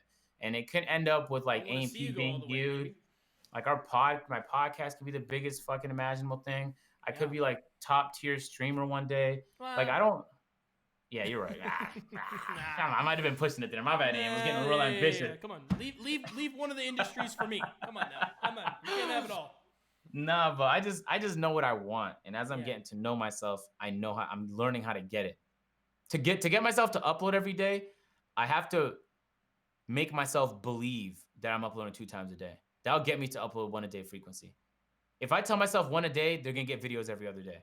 That's just how it works. Okay. But so Which people is just interesting. You understand the way that your brain works, and in a weird way are trying to combat your own brain and say, okay, like I know that I'm gonna think like this, so let me actually think like this. That's what it feels like. Absolutely, and that's what all I have systems for everything, and I know not to change the systems when it works. Like for example, like right now, like if Waleed tells me to clean the kitchen, I tell Waleed like I actually don't have brain space currently to think about the kitchen. I could think about the kitchen, but when I'm overwhelmed, my response is to ignore everything that's not important. Yeah. And to the degree where like I actually don't care how easy it is to fix it. I've known if it's cleaning my room, call maids. I don't care. Like I'll do it later. But that keeps me from being overwhelmed. I've never felt burnt out because I have systems in place to stop me from feeling burnt out. I don't play 2K for like 6 hours a day. That's a fucking bad system. I'm gonna feel burnt out. Now it's my job, and I don't want to be on the game no more. Every time I hop on the game, I have to have fun. Yeah. So I don't OD on the game if I'm not enjoying the game. I try and pace myself. That's a system. You know what I'm saying? So many people go hard, legend grind, and then in January when they don't want to play anymore, they're fucking confused. You played for goddamn 10 hours a day. Dude, and listen, I've had a different thought process on streaming recently. Like I said, with coming back, and I've just thought about a ton of different things. But duration and length of a stream to me has been a really big priority in wanting to dive and research that and research the idea even of trying to make it as much of a show almost as possible, because you are streaming for chat. You are streaming, at least in my opinion, for me and my channel. I want to stream for them. I want them, if they want to come and hang around my channel and be a part of my community and follow me, like that's super sick, because we live in this realm where like free choice is totally a thing. So for them to be like, make the ultimate free choice and be like, I'm gonna watch this guy's Twitch stream, that like, yo, you're a fucking legend and you're awesome and I appreciate you. So it's like, I want to make this as cool for you as possible. But to do that, I can't get burnt out and I can't get in this weird slump, which is something that happened to me near the start of my break. I got in this weird slump, but it's because I felt like I had to grind. I felt like I had to, okay, I got to stream for 8 hours a day and I got to play this game and I got to be at the top tier of this game. And then when I wasn't, because I was tired, I get frustrated. And then when I get frustrated, I get mad, and then the stream sees that I get, and the vibes go down. You know what I mean? And like certain things just, it's like this weird like give and take. And so I've thought recently, it's like, okay, I start at 7 p.m. What if I end at 10 p.m.? No matter what. 3 hour stream, 6 days a week. That's all you're getting. That's what it is. So then, because listen, I remember looking at a network television show when I was a kid, thinking about Dragon Ball Z or stuff that I used to watch as a kid, like Rurouni Kenshin or Yu Yu Hakusho. Like when a storyline or something of that nature was put into the format of a 30-minute show that only happened once a day or once a week, and that was it, I was invested when it was on, and when it went off, I was pissed, but I was looking forward the next time that it was on. So it's like, listen, if I'm going to stream, maybe a way to combat, I don't know what you think about this, but a way to combat that, me getting burnt out, them feeling like they're watching the same thing over and over again, Let me go 7 p.m. to 10 p.m. every single day, and when it's 10, it's over and it's done, and we'll go again tomorrow. And there's going to be exceptions because, obviously there's going to be tournaments that I'm going to play in, or there's going to be subathons that I'm going to go longer than that, or whatever, right? But the original stream and the original content in my brain right now is we're coming back 7 p.m. to 10 p.m. Eastern, and that's it. And that's 6 days a week, and that's what we're going to do. But I just think that that's so interesting that there's so many different avenues of looking at being burnt out, and how do you navigate that? Because I'm sure for everyone it's different. Yeah, it is. You just have to, yeah, bro. Hey, most of these answers in life come down to knowing yourself. I do like maybe 2-3 times. Nah, that's cap. Maybe 1 to 2 times a week. I'll do my brainstorming sessions. I'll do breathing exercises for like 20 minutes. The Wim Hof Huge, breathing by the way. exercises. Huge. Love those. Meditating is wow. Yeah, and you get oxygen to parts of your brain, every imaginable part of your brain, and now you're thinking at all cylinders. I used to do this right before I went to exams, so I was sharp. And I noticed that when I started the exam, I was on fucking go after a breathing exercise. I just felt like you just felt like you were supposed to have fought a bear or something, but instead you're writing on a piece of paper. You just feel ready for anything. So I do that 1 to 2 times a week. I drive at least once a day in in any of my cars, but preferably my M4 because that's like my fun Zen car. Sometimes, say I might go comfortable, practical Audi route now, but I just drive, I'll play music, and I drive like the same 3 routes. I don't go nowhere. I might stop at the gas station to grab a drink, and then but that works for me. So I drive every day. I might do breathing exercises a few times a week. Where do you get your breathing exercises? Do you like have a place online, or do you kind of do your own thing? Or there's a dude from Poland, I think, called Wim Hof, and he broke a whole bunch of records showing what the human body is capable of. Like he has a record for being submerged in ice water for like an amount of time that makes no sense. You would think he was supposed to be dead. What's his name? Wim Hof. And he could hold his breath for like minutes at end with no problem. So he was teaching people like the human body is only limited by your beliefs. And then you go, okay, all right, and just let me just shoot you then. Let me just because these fucking humans are so cynical. They just begin to shit on any fucking what's the word, spiritual idea. But then you watch him, and if you just Google the guy and see the stuff that he did, you're like, no human should be able to do what you regularly do. The guy scales mountains, bro, with just boxers on, in the snow, by the way, like in freezing fucking temperatures. How does he do that? How does he do that? I don't know, dude. Yeah, but he proved to people first that the human body is capable. Yo, you're gonna have to find the clip or something.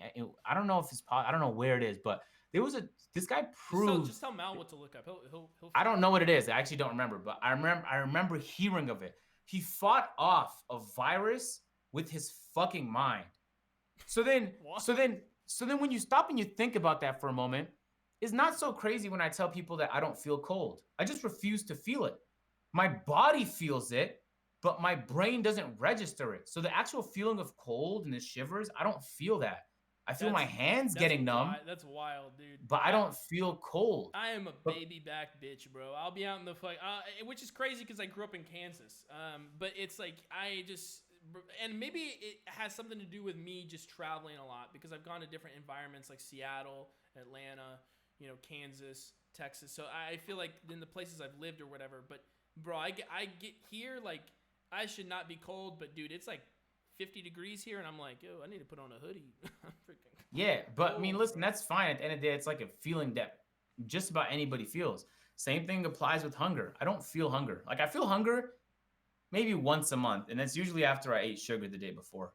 And then people just think like that's not possible. Humans feel hunger if humans feel cold. But I don't feel those things though.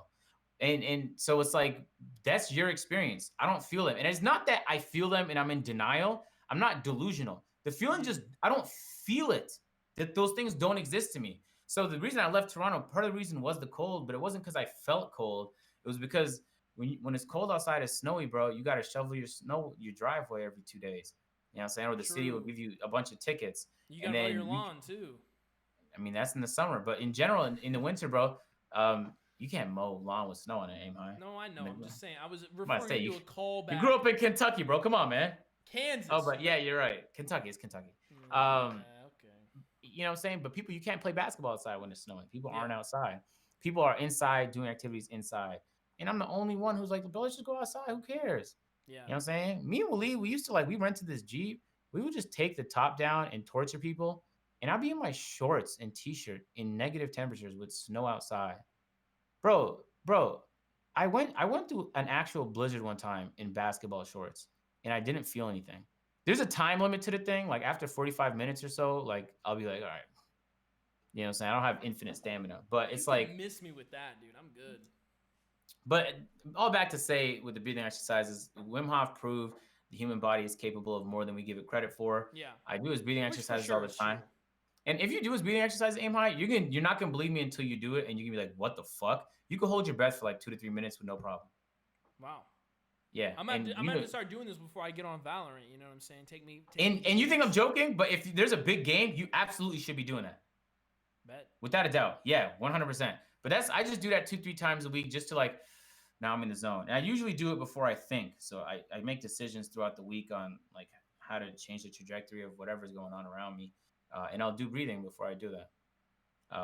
So that's just one of the systems I have. One of the many systems that I have that I know works for me. Might not work for everybody. You know, you might try your hardest after years of trying, and you might still feel cold. I mean, that fucking sucks for you. I don't feel that shit. Hmm.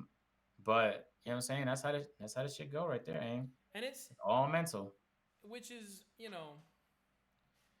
I'm just seeing Mao look at this guy and he just this guy looks like an Insane. absolute insane person, but also that like he looks the part, so I trust him in a weird way. Yeah, and he Um, got like this voice to him that's like mad calming. You got this calm Polish voice. I'm like, oh my god, just say more words to me, right? You know, I want to listen to an audiobook this guy put together or something. wow, I'm gonna check him Yeah. out. Here's the thing, man. You brought up a couple things, a couple key words that I want to talk about. We got about 30 minutes left here in this pod, and I want to know in this 30 minutes. I heard the word dating. What's Agent Zero doing right now? What dating? Are you finding time for that? Are you finding time to maybe not now, maybe because of next, like you said, next gen launch is kind of you went into isolation for a little bit, 2 weeks. You're just doing real business like type shit right now. But Yeah. are you starting to free yourself up a little bit more for those types of things? Yeah, I've been dating since the beginning of the year. I've just been getting. First of all, it's almost fucked up to say, and I don't know why it is neither. Because in every other avenue of your life, it's normal, but it's practice. Dating is practice. It's just a process of getting to know people, right? I never lead people on. I always tell them off rip that I'm dating other people too. It's not me convincing all the girls I talk to I want to be in a relationship with them. But I just want to. So I'm just trying to get good. You know what I'm saying? Yeah. Like in 3 years, I should be able to attract like the dream person of mine in terms of like physical appearance, in terms of like career, in terms of like where she's at emotionally. I should be able to do that. If I'm not, then I kind of just failed. So I'm trying to get myself to the point where I can do something like that. Right now, I'm not even remotely in the position to do that. Yeah. You know, I'm working my way up there. But Dude, I can't even imagine being in a relationship right now. Like, there's too many things that I want to do with content and things that are I just know are just like vastly more important to me than like another person would be right now. word. And you know, especially when I don't know how it is for you, but at least a lot of the girls I talk to, they say shit like, "Oh nah, I don't do that until I'm in a relationship." Or I'm like, okay, what are we talking about? Why are you here? Like you're here with me right now at 2. Why did you just say that? This is like our second Why day. are you putting someone on blast right now, bro? It's not someone that's frequent, but they don't. I don't think they mean that when they say it though. The amount of times I've heard like I don't give head or I don't fuck until, and then they do it anyway. It makes No so sense. I don't. Zero sense. Yeah, I don't believe it. But besides the point, I'm learning a lot about women. I'm There's a lot to also learn there. There's the mysterious. without a doubt. But you have to remember, Aim, since you're here now, they're not women aren't the same here, bro, as they are in other parts of this country, let alone the world. What I do you mean by that? swear they in Southern women just move differently, bro. They move differently. I don't know what it is. There's like I don't know, maybe you could explain it better. There's a bigger difference between white people and black people in the South than there is up north. In Toronto, For sure. that's not even, that didn't even cross my fucking mind. Like it doesn't cross my mind what race somebody is. Because in my head, by Yeah. default, they're all like an individual. Yeah. But in the South, it's like, I don't know how to explain it, but it's not like that. And nobody treats it like it's like Racism? that here. No, not racism, but I know what you're saying. like It's- white girls have a vibe here, black Yeah. girls have a vibe. There's a vibe that didn't exist for me growing up. yeah. You know what I'm saying? So I also recognize some of the stuff that I experience is specific to Yeah. Georgia. And it's not gonna be the case if I go to New York, if I go to LA. It's just not gonna be the case. I mean, I'll say this. I'll say I don't know if it's necessarily like race as it is in what you talk about a specific situation where I feel like people are growing up in a certain demographic, and I don't think maybe a majority race controls. I know control is probably the wrong word, but they fill that demographic per se, like the suburbs, right? Like if you're in Kansas, in the middle of the country, in the suburbs, like you're probably going to be surrounded by white girls, and there'll be some black girls and some Asian girls, and some Latino that might women, be whatever. But the majority of them are going to be white women, just because it's the suburbs. You know what I'm saying? Like, Right. whatever in Kansas, but maybe the suburbs in Georgia, there are more. That might be the bigger black variable. girls. You're right. You know what I'm 100%. saying? But I'm saying is that, but those situations, whatever girl is in that situation, I think they're gonna have a certain vibe to them that other girls aren't gonna have, and maybe you're meeting different women they're in different situations and different vibes. Maybe they're not all in that same grouping that you think that they're in. You're right. You're right. You know what it is? Because I was telling Lo that the other day. I was like, yeah, I'm trying to talk to a suburban girl. Because a lot of the girls I'm talking to here, I do not get along with girls that grew up in the country or in the hood at all. I can't wait to take you to Kansas, bro. You hate every And single it last doesn't one. necessarily mean that we can't be friends. I mean, just like in terms of a vibe, bro, if we're on a date, like there's going to be no fucking connection there at all. But suburban girls, oh my God. Like, I don't even have to fucking try how we just go. Yeah. I don't know how to explain it to you. Hey, you heard, chat. Hey. Suburban girls. You know what I'm saying? If I'm talking to a girl and she tell me like she from Buckhead or Peachtree Corners or goddamn Alpharetta, I'd be like, where are you from, Alpharetta? All right, say less. Say less. Like, don't say nothing else then. All right.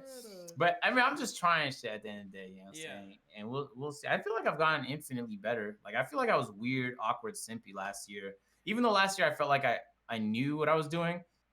I ain't know what the fuck I was doing. But I'm probably gonna feel like that next year about right now though. Well, here's the thing is I feel like just in general, I'll let you know because I'm a little bit older than you are. Not by much.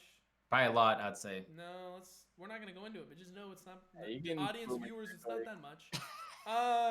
But what I'll say is I'm at least in this weird place, and I was talking to this girl on Tinder, setting up some interesting extracurricular activities. But I'm setting some stuff up, and we were talking, and she was like, I don't know, like, and we're roughly the same age. I think we're like a year apart. She's like 1 year younger than I am, or 2 years younger than I am, and she was talking to me. She was like, we're in a weird situation in our life, and I was like, well, what do you mean?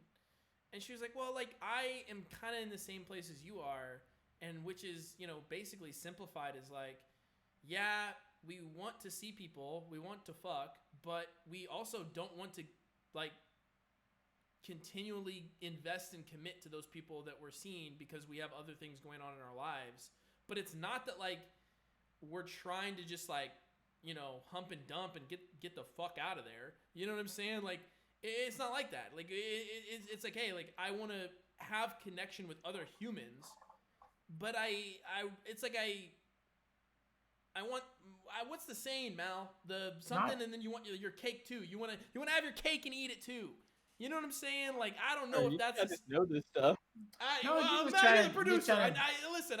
I'm just gonna call on Mal, and I'm just gonna expect you to know it because he's the best goddamn producer in the game. Hey, I try my best, okay? You know what I'm saying? But you get what I'm saying? Is like I don't know. I'm in this weird position in life where it's like I don't want to commit to anyone. I really don't, because I know that I cannot give them what they want if that's what they're looking for. Yeah. Okay. So yeah, I'm on the same page. If they are looking though for someone who's like, hey, like, I'm down for, we'll go to. It's not like I'm just trying to hump and dump. Like, we can go to dinner, whatever. We can go out to the movies. I don't care. But I don't want to be expected to like go to any family things or like go or like or like, hey, you just expect that we're gonna hang out this weekend, because that is not gonna be the case. Because if I, hey, you know, I know the viewers have not seen me yet in an A.M.P video, but on the off chance that I get a phone call from Agent Beamstar and he goes, hey, I need you now on the clock, brother, clock in. I gotta be ready, and I can't be looking at a girl going, baby, you gotta let me go. Yeah, you know what I'm saying? But you like, just let girls know they're off rip though, bro. You might be surprised. I do, and that's what I'm saying. Like I said, this girl, she was like, yeah, I'm in the same place, you know. So they mission accomplished. You know what I'm saying? But at the same time, hey, bro, I've talked to girls that said they want a relationship, and then when I told them like I'm not opposed to a relationship, but like this shit had to make sense, and then they're still like, if I call them, they'll still pick up. Like, even though they know they want a relationship and they know right now this is just casual between me and them, they still, so it's whatever. I just tell them off rip, and if they're not fucking, if they're so dead set on, but I mean, maybe it's a little different for you because you're an old man, but at least girls my age, a lot of them aren't like dating to marry right now. Excuse me? Yeah, for you probably dating a lot of girls that have like kids and shit, huh? Okay. Hold on. I mean, you didn't deny it yet. No. Hey, listen. Little Timmy's in the other room watching SpongeBob. And Aim is trying to be quiet. No. Nah. No. Thank like, you. no, past that. No, miss me with that, bro. I can. Yeah, I'm not gonna lie, Aim. I can't take care of myself. You think I take care of a little kid? Hell no. I don't know. Yeah, I say he was taking care of him. I just say he was in the next room while you were fucking. But anyway, besides the point. Hey, job's gotta be done. I mean, someone has to. Hey, no cat though. Older women only are better for me, bro. Because what's your highest age you would go? 30. Dead ass? Yeah, I go. I'm 30. going to like 50, dude. 55. I don't care, man. Okay, but wait, you just mean casually? Yeah, casually, yeah. Oh, then like fucking 45. Okay, that's what I thought. But anyone I would talk to more than once every 3 weeks would have to be like 30, bro. Yeah. No. If I'm gonna consistently talk to someone, I feel they can't, like, they got to be my age or younger, and maybe like 1-2 years older. Yeah, you're at an age where you could say shit like that, but girls my age don't have shit figured out, and I have shit figured out. So a lot of the time I have to date women older than me because I know they already figured out some fucking answers. The only problem with women that's older is they're more stubborn. Like, they just know, not that they're more stubborn, but they just know themselves and life. Like, women that take any of your bullshit. Yeah, they don't play games. That it could be that, bro, but it could also be like, yeah, they're just stubborn as fuck. You know what I'm saying? And I'm stubborn too. And sometimes two stubborn energies is not good comp. True. You know what I'm saying? This shit is not compatible. I tried it before just to see if it would work. It didn't work. Damn. You know what I'm saying? What is the major difference between Canadian women and American women? I couldn't be able to tell you, to be honest with you, because really? I lived on campus, and I didn't really go out much. Are there any differences between your experiences in Canada and America, or do you think that in terms of women? In terms of anything. Oh, infinite differences. To the point I mean, where like, what are like your top? Because here we'll get in talking to maybe some politics here. I mean, listen, you're a Canadian and you just came over and witnessed an American election for the first time. You were in America. What was that like? I mean, holy cow, man. It's weird. It's so polarized here. In Canada, nobody really cares. Like a certain amount of people care, but it's like I voted Liberal and NDP, and I wouldn't give a fuck to vote Conservative in Canada. Yeah. But here it's like you have your party, and you have to register for your party, and then you have to rock with your party. Yeah. And then don't go against your party. Those rules didn't exist for us. It was just like, who's the politician? Did that person say that he doesn't like Muslims? Well, that's the guy I'm not voting for. So let's look at these other two guys real quick. And it wasn't just two. So there's three main parties in Canada. There's the Conservatives, which aren't nearly as conservative as the Conservatives here, by the way. There's the Liberals, which are like in the middle, and then there's NDP. And those guys have like ridiculously crazy ideologies. Like, they think all college should be free. If you have $100 million in debt, it should be erased. And someone's gonna have to pay. No, way beyond Bernie Sanders. Bernie Sanders would be in the Liberal. God. It's insane what they regularly. But it's like, I voted for the NDP before because there was a politician, the guy that represented my. So it works differently. So you don't actually vote for the prime minister, the guy who's going to lead the country. You just vote for who you want to run your area, right? And so if I vote for the liberal area and the liberal guy wins the area, and then boom, now he won your area. If the liberals win enough fucking areas, they win the government. But you have to win a majority. Okay. Sometimes it will happen because it's not a two-party system in Canada. There's Liberals, NDP, Conservative, Green Party, the Bloc Québécois, and then there's plenty of independents that run. You have to put together a minority government. So the Liberals might have to tag team with another party to put together a majority government, and they jointly make decisions. Now that's the government. So it works differently. I think the UK works the same way. Interesting. It's infinitely better than your system here. That is not, infinitely. That is not the way our system works here, man. And it's so weird. Dude, here's the thing, man. I'm somebody that's like not like really big into politics as far as like really getting into like the depths of them, you know what I mean? I'm somebody that like I pay enough attention to cast a vote and to make a research vote that I feel like, you know, represents me, right? Like represents my voice. But the thing with me is like I've never been someone like I'll tell you right now, I didn't vote for Trump these last couple times, but I voted for the Libertarian Party because that's what I thought that I wanted. But I also, when Obama ran for president, I voted for Obama. Like, you know what I'm saying? So like the times that I've had to be able to vote, which is only since 2012 is the first time that I was able to vote. They've been different every single time. You know what I mean? And so I just think but that's because you let evidence. You let your mind be made up by the way situations play out.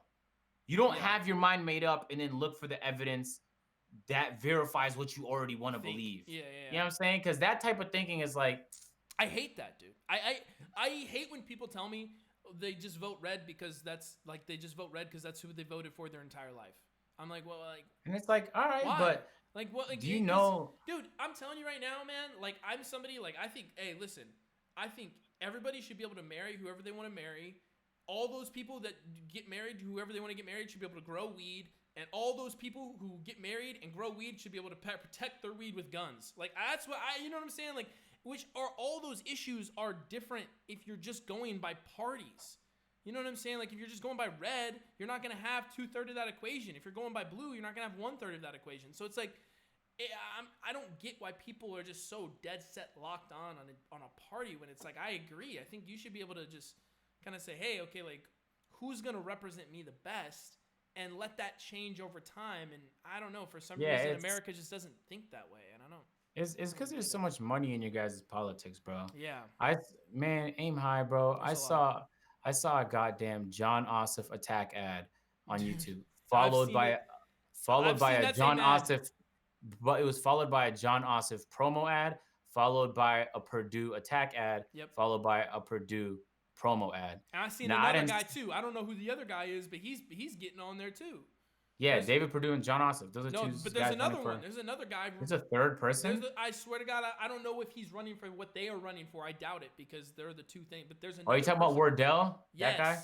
Yes. Yes. I've seen the Wardell ads myself. Yes, Wardell, dude. But that doesn't exist in Canada. Not Jet from Valorant either. We're talking about somebody else, guys. No. Nah, but we didn't see ads like that. We just saw signs. There were signs on the floor. And then at any point, you could turn on the TV and learn about their policies, and then you vote based on those. You know, so I remember one time, but that's just how it works. What's the policy? What? The Liberal Party wants to do this? Nah, fuck the Liberal Party. Let's see what the conservative guy's talking about. Conservative guy, he wants to what? Man, let's see what NDP's talking. That's how it works growing up for me. We didn't do any other way. But here is not like that at all. And I dead ass think it's because there's money in politics. There's no attack ad like that. At least not at that frequency growing up for me. It is so weird too, man. Like and Joe Rogan's talked about it a lot, and some other people have talked about it a lot. But the fact that like, it's just like, and have you watched The Social Dilemma? Have you even heard of that? Have you? Yeah, I've heard of it. Okay, you need to watch The Social Dilemma. So it's this idea that, and it's created by all these people who used to work at Facebook, YouTube, social media, different different companies, social media companies. And the one thing that they all have in common is they were there for like the start of their company. So like there's Pinterest, Instagram, they all come together and they talk about this the algorithms that their companies use and how they like feed people information. And the guy who worked for Facebook was talking about how like the big problem that people see, like they think that we're trying to highlight the fact that social media is showing you different things based on their algorithm, based on like, oh, if I speak, my phone can hear me and I want to buy couch, so all of a sudden it pulls up couches and that's scary. That's not what they're talking about. What they're talking about and what they're trying to highlight is the fact that there's possibilities and ways that social media, because of the algorithm not intended, is showing you things based on just to keep you on the app. So what this guy kind of compared it to is like, okay, say for instance that you are someone who wants to lose weight, and this is a real thing that happened on YouTube, is you want to lose weight, you type in how to lose weight. Well, now, okay, it may be showing you how to lose weight, but in the recommended feed, because it's not thinking about you, it's thinking about your persona as a profile and how to keep you onto the site. So it's not going to show you something necessarily that's going to benefit you. What they found is it shows you actually it shows harmful things. It says what's going to keep the most retention. Well, and they found, I think it was a study from like 12 to 17-year-old teen girls. The recommended thing was to show them videos about anorexia, because that's what kept them on the site. And so YouTube got sued because they were showing girls anorexic videos and keeping them on the site. And so the whole like idea behind this documentary and behind this like movie or whatever is how it's actually now getting to a point where it's influencing our politics, where it's just spreading just fake news and different things from different sites, because it's not thinking about what it wants to give you as actual real information. It's saying about how can I keep this person swiping? How can I keep this person clicking? Which is a very dangerous place for our social media to be. And I don't know what your thoughts are on that. No, that's the only way a social media can be without it dying. If they optimize any social media platform not like that, it would be dead. And that's because all the other social media platforms will be doing it. They all do it. Yeah. And it's so sad to me because some of the most memorable moments in my life was just us talking. And the first time I realized that was like when the lights went out in Toronto, and that rarely happens for us. But we turned the fireplace on, and we just started talking shit and playing Monopoly. And I was like, bro, how is this way more enjoyable than the last 6 months of playing Super Smash Melee against my brother? I mean, it's so boring winning all these games. And so it's the same thing now, where so many people just, man, when I'm chilling, bro, there's Davis and Peter. They be on their phones on TikTok and Twitter. We could be having a very important conversation, Aim. It could be something of magnificent importance. Yeah. And Davis will still scroll through Twitter. And I'm like, that. I literally told him, bro, that is a disease. Put that shit fucking down, man. Yeah. And that's because, every time you fucking swipe and then you see something cool, dopamine spikes in your brain. And it's not that it's a ton of dopamine. It's just that it's such a repetitive process. You do it so many times that you'll get hooked on it. And now your brain and your neural pathways are optimized to swipe more. And so when people tell me, like, Agent, why don't you text back fast enough? I don't be on my fucking phone because I'm enjoying life. And the second I'm on my phone too much, I'm not enjoying life as much. That's the reality of it, bro. All those apps work like that. When every app AimHigh has started off in chronological order. Subscriptions on YouTube, on Twitter, it used to be, the most recent thing pop up. What happens when you go on Twitter right now? They'll show you the shit they think you want to see. Yeah. And the reason they show you that is because even though you hate to fucking admit it, they're right. And it keeps you on the shit longer. Instagram's doing the same thing. People are like, if Instagram doesn't start showing us more friends and family, I'm going to be off here. I saw someone tweet that and get 200,000 likes. Why the fuck do you think Instagram stopped showing you friends and family? It's because when you saw that shit, you left the app after that. You didn't like it. You didn't engage with it. Instagram realized about you that even though you pretend to like friends and family photos, you don't like seeing that shit. You like seeing fat asses. You like seeing trick shots and crazy sports clips. So, bro, when I go on my Explore tab, man, I liked one fucking photo from this Instagram model once I started going on IG. And IG was like, oh, you're one of those. And they immediately started giving me all kind of ass on my goddamn fucking Explore page. And they were right. You know what I'm saying? Shout out to Instagram. Right. Tip of the cap. Thank you. So, but that's just how they're optimized. YouTube does the same thing. And they're right. Yeah. Oh my God, are they Well, right? okay, but YouTube. does that scare you at all? Yeah, it's scary when it's Like done. what, like, dude? Because I think about that, and I don't mean to cut you off, but it's like I think about some stuff like that, and you know, I've been known to listen. My channel is called AimHigh. Mm-hmm.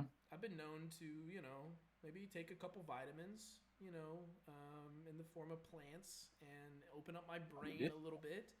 And so what I mean by that is, listen, like, you start to think, okay, in those environments, and all of a sudden, like, you know, oh, is it a simulation? Are there weird things going on with social media? Am I being lied to all the time by politics? All these Bro, things, right? Is there anything aim, that's scared, like anything that like is like, oh, aim, that shit is weird? bro. They hire the smartest people on the fucking planet. I'm not joking. The people that YouTube that work for Facebook and Instagram, the smartest double, quadruple grad students, 16 PhDs straight out of Harvard and Oxford that understand the human brain. Those are the Yeah. guys that fucking work for these companies. So they know you better than you know yourself. Yeah. Yeah, that shit is scary. That's people that understand humans to a degree that's no we've never seen in human history. And they're using it to keep people on apps longer. And the reality is a lot of these apps aren't even profitable. So had they not had that, then they would be under. Like we saw Vine go under, it couldn't monetize. There's a Yeah. good chance the next few years Snapchat goes under. It's having struggled to monetize without ruining the experience. Instagram is doing the same thing. Instagram is struggling to monetize. There's only a handful of apps. Even Twitch right now is negative. It's struggling to monetize. There's only YouTube is one of the only apps right now in social media apps that's positive. And for a while, YouTube was negative too. It almost went bankrupt. Google bought it, and it was running negative with Google for a while.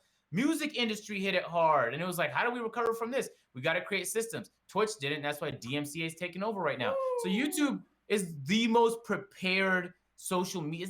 People don't really consider social media, but it is social media platform. It has the best algorithm of any social media platform, True. and it to the point where YouTube's AI is so intense, AimHigh, that if you upload a 10-minute video, it takes thousands of screenshots of that video. And it'll tell you in the 75th screenshot, there's a 75% likelihood that AimHigh is smiling. There's a 65% chance he's wearing a hat, a 10% chance he's wearing a beanie that looks like it's a Raptors hat. In the background is a grocery store. That grocery store sells apples. They'll tell you the fucking location of the grocery store. There's transcripts of what you say, so everything you say a bot translates it, and so now they know everything you said, they know everywhere you've been and everything you've been doing, and they have all of that information for a single video. Wow. And you don't think they could find you the video that you want? There's no other app that does it to that degree. So Yeah. that's why YouTube is really good at it, and now it's profitable. It's gotten through I do suspect that it's going to be the #1 streaming platform soon. I don't know. When I say soon, I'm talking maybe within the next 5 years. I agree. I think it will be too. I've heard people like Devin Nash say that they think it's going to be top in 2 to 3 years. But think about its success though, AIM. How can it not be? YouTube competed in the music game, and YouTube won. Yeah. YouTube is a place where people watch music videos. Yeah. That is a big win for YouTube in a world where Spotify and Apple had all the business winning all that market share. Yep. YouTube is the winner in gaming. They got there early and they built it out, and now they're going into live streaming, and they have the biggest. I don't think they're growing at the fastest pace, but that's because Facebook is really small, so it doesn't count when Facebook grows. And Facebook has a really large endemic base too. But I think YouTube has the biggest chance to blow up in the live streaming. I think they do as well. I think the only thing and that's one thing when Devin Nash talked about it, he really kind of said something that kind of was like made me go, oh, okay. Listen, Twitch doesn't have an algorithm, first of all. It's like the hardest thing It's trying, ever. but it's very bad. It's the hardest thing ever to grow on Twitch. Mm-hmm.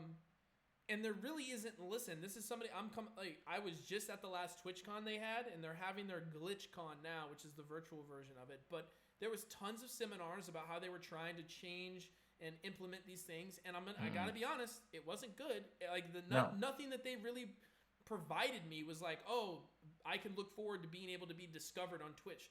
None of that happened. They tried to make that happen in my mind, but I just didn't believe them. So no, because YouTube took a decade to build up. Yeah. So YouTube's got the algorithm. YouTube's got stuff that is like there's more of a reason for people to go to YouTube than just streaming. Where Twitch is like, hey, there's one thing here, and we do this one thing really well, which is dope, which is awesome. It's how a lot of places, thrive or whatever. But it's like YouTube is like Walmart. Like YouTube has groceries, they have automotive, they have all these different things that someone in automotive can now go, oh, you know what? I actually do need to pick up a milk. Oh, Agent is streaming? I was just watching Davis on a YouTube video, but now Agent is streaming? Let me go ahead and check that out.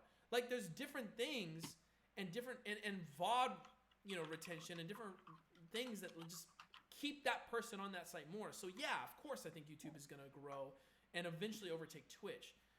I think it really is just what Devin Nash said, where he goes, hey, if they have all of that, and the only thing that people are complaining about is emotes and a UI that looks good, that's it. That's what's holding. You don't think YouTube right now can take a massive bag and throw it at a designer to make him a better UI like Twitch? That's all it takes. And you know what I'm saying? Like, there's plans in place to probably do that, but YouTube is building something over there, which is why I've been like, man, like maybe I switch to YouTube and get over there. But I don't know, man. I don't know. I like Twitch. I like, me and the Twitch poggers, dude. Fucking pog champ, Keck W, dude. I'm all about that, dude. Oh yeah. Now Twitch has a very dope vibe to it that no other streaming platform could ever replicate. And that's just because it's like it feels like there's culture in Twitch, unlike most any other streaming platform. I think YouTube, for a moment, man, it feels like they're just starting to do it. Facebook doesn't even remotely have it, nor does any other live streaming app. But Twitch is leaps and bounds ahead. It's just a better experience when your favorite streamer is on Twitch, in chat. Now, dude, I love me a good XQC stream, bro. Chat, for real. Makes that pop, bro. They make it pop. But the sad part is like when I'm playing with Aiden on stream, and I'm like, bro, is that a condom on your floor? And he has to tell me like, oh, TOS, you can't. And I'm like, yo, let's both take off our shirts. And he goes, TOS, I can't show my nipple. I'm like, what? Why can't you do all these things? I just do these things all the time. I say these things but you can't do those. So that's the one negative there, is just the unilateral, no framework form of like disciplinary action. It's almost like the NFL. They just guess what punishment they think you deserve. Dude, it's bad. Dude, the Twitch punishment is terrible. And there's a lot of things, man, that get me frustrated with Twitch. I saw a tweet today from somebody that said, hey, when are you gonna realize, like, you guys just don't get it, that we're the ones bringing you revenue. Like, what we're doing, I don't know. I think it was an unknown creator, but it just got a ton of likes because they were like, hey, listen, like, I don't think you realize that, like, if we decide to leave and go somewhere else, like, your business is highly dependent on us. We're your product, and you're not treating us with that type of respect. Like, you're not really game planning the type of things that you need to be game planning, because we're putting all of our trust in you that this platform is going to do the things that we want it to do, and grow the way that we want it to grow to be able to help us. So it's like, if we don't believe in that and they're not showing any signs of going in that direction, why would we continue to be a part of that platform? Like, why would we not go to a platform that's better, which is YouTube? I deadass think that with these streams I've been doing on YouTube, AIM, that I could convince a lot of the 2K community to come back on YouTube and stream here. Because most of the 2K community migrated to Twitch. And for the life of me, I don't understand why. Because I'm pulling 30, 20,000 on these 2K21 Next Gen streams so far. And I don't even have membership set up. And you could run mid-rolls on YouTube. It actually has a way better ad system, so you'll get higher CPMs. On top of that, donations are in-app. Like all this, the whole system exists already on YouTube with the actual algorithm to push your shit. Yeah. And it's connected to your YouTube channel, so you can direct people to a video right after. So in my head, I'm thinking like YouTube has all the things necessary for it to be very useful to creators that are still deciding to go to Twitch. Think about how crazy that is. And I don't think they're doing it in the name of like diversifying their content portfolio. I just think they think is the best place to stream. And it very well could be for the type of content they want to make. The culture from Twitch is what gets me. But that's not what gets the 2K community. That's what I'm saying. No, I get what you're saying. Because when I hop in an XQC stream and they're going wild, they can make any game lit in chat. I'm honestly Any trying to game. make my chat like that. I I'm not gonna love lie. it. Any game is so lit, dude. He was playing the intro for the PS5 with this little guy going around collecting PS5 artifacts while Spider-Man downloaded. Dude, that shit was lit, dude. I'm telling you what, that was Pog U's all over the place, man. I mean, this man was absolutely rolling CPU PS5 intro game. And then when he got onto Spider-Man, it was even more lit. So, I mean, I don't know, man. I get what you're right. saying, but what 100%. I'm saying is, like, for me to make the switch, like, it's like, dude, what about TwitchCon? What about emotes? What about... You can still go to TwitchCon. Dude, I want to be a partner, though, dude. I want to go in and, like, play in Twitch Rivals. Like, you know what I'm saying? I want to go and do those things and go crazy in it. You know, Mal knows what I'm talking about, baby. Yeah, that's a party, bro. You know, I want to be at the after party, bro. Looking at Ninja and XQC going fucking 6 consoles. You know what I'm saying? I want to get crazy with them. You could do all that without having to be on there. But I think Twitch is better for you, Aim. But for most of the 2K guys, I don't know why they're on there. But I mean, I know why they're on there, but I don't think it's the best decision. Personally, I've avoided making it. Do you watch 2K? And we're gonna get you out of here real soon. Do you watch 2K content? I watch enough to know what's going on, but that's it. Like, do you have any favorite creators coming up that maybe aren't as big? You're like, oh yeah, those guys are really good, or not really. I mean, Click, but he's not really up and coming no more. He blew up last year. Nick's Click, or I guess he calls himself Click Productions now. He makes very entertaining videos. I fuck with Grinding's videos, OD. I love watching Flight play 2K. I love watching Flight do anything, bro. Flight is an XQC personality. He can just do anything, and it's like, okay, yeah, I can vibe with this. This guy's funny. Yeah, without a doubt. Yeah, I don't watch too much 2K. I like to know what's going on. If there's drama, I'll tune in. But aside from that, I'm not like watching people's build videos because I have my own build. So, and I'm in my own. Dude, let's get you out of here. Let's do a little quick Q&A here, man, with some fans here. See what these questions got you, bro. Bet. The first one, what's your hair routine? This is coming from Sir Z Gaming, a friend of the channel. He's very funny. Good memes, good memes. I don't really do much with my hair. I shampoo it and condition it once a week, and I'll co-wash it once a week, and then I sleep with the bonnet on. We'll bring Mal in for this too, Mal. We got your face cam up, so at least you can be part of the end of the show. Yeah, what do you do with your hair, Mal?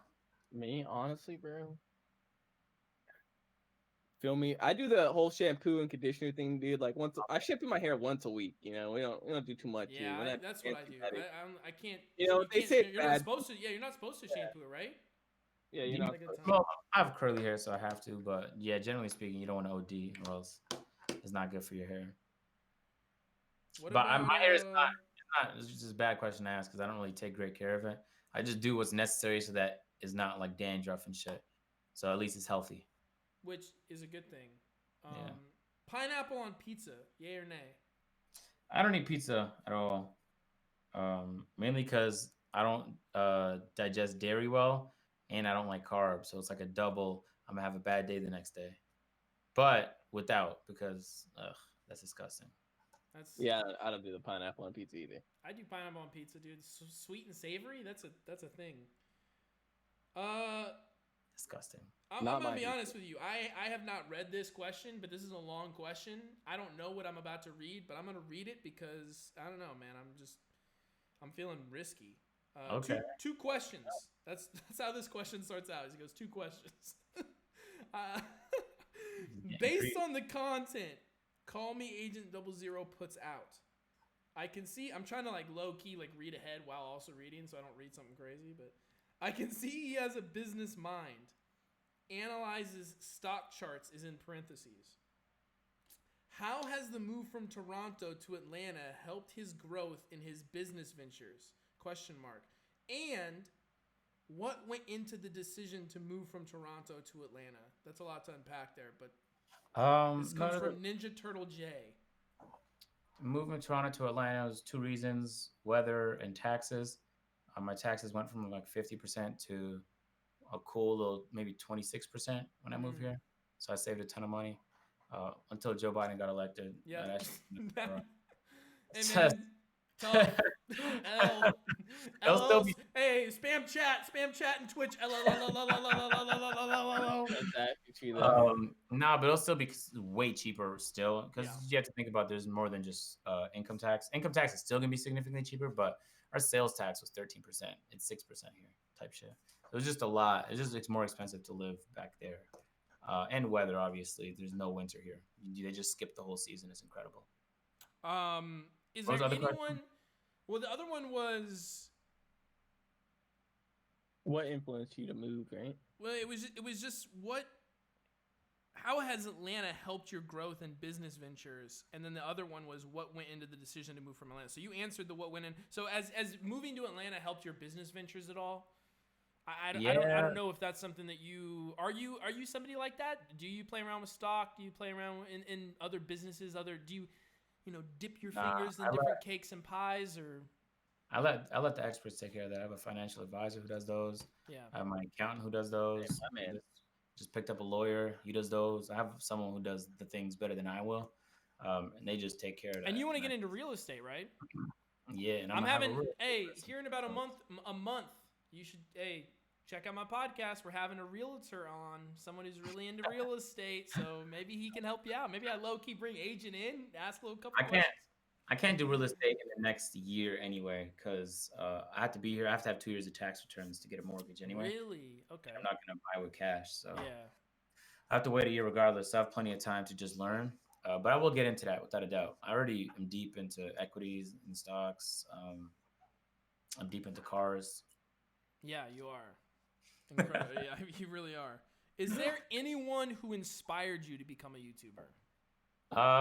C-Nanners, Hutch, Oppressador, Fisticuffs, Vanos, Speedy, even Keemstar way back in the day. Wow. Only Use Me Blade. Like Yeah, all of those OGs. OG Call of Duty guys. Yeah, I watched all of those guys growing up. I was like, man, I want to do that shit. Jive Turkey, Jay Easy. Oh man. Wow. Yeah, the list is deep, no cap. Last question is, how did you come up with the name Agent 00? I made the mistake of changing names, and back in the day, you couldn't change your YouTube name; you had to make a whole new channel. And I made the mistake of making a new channel just because I wanted to change my name from West Side Cinema to iBlurry Films.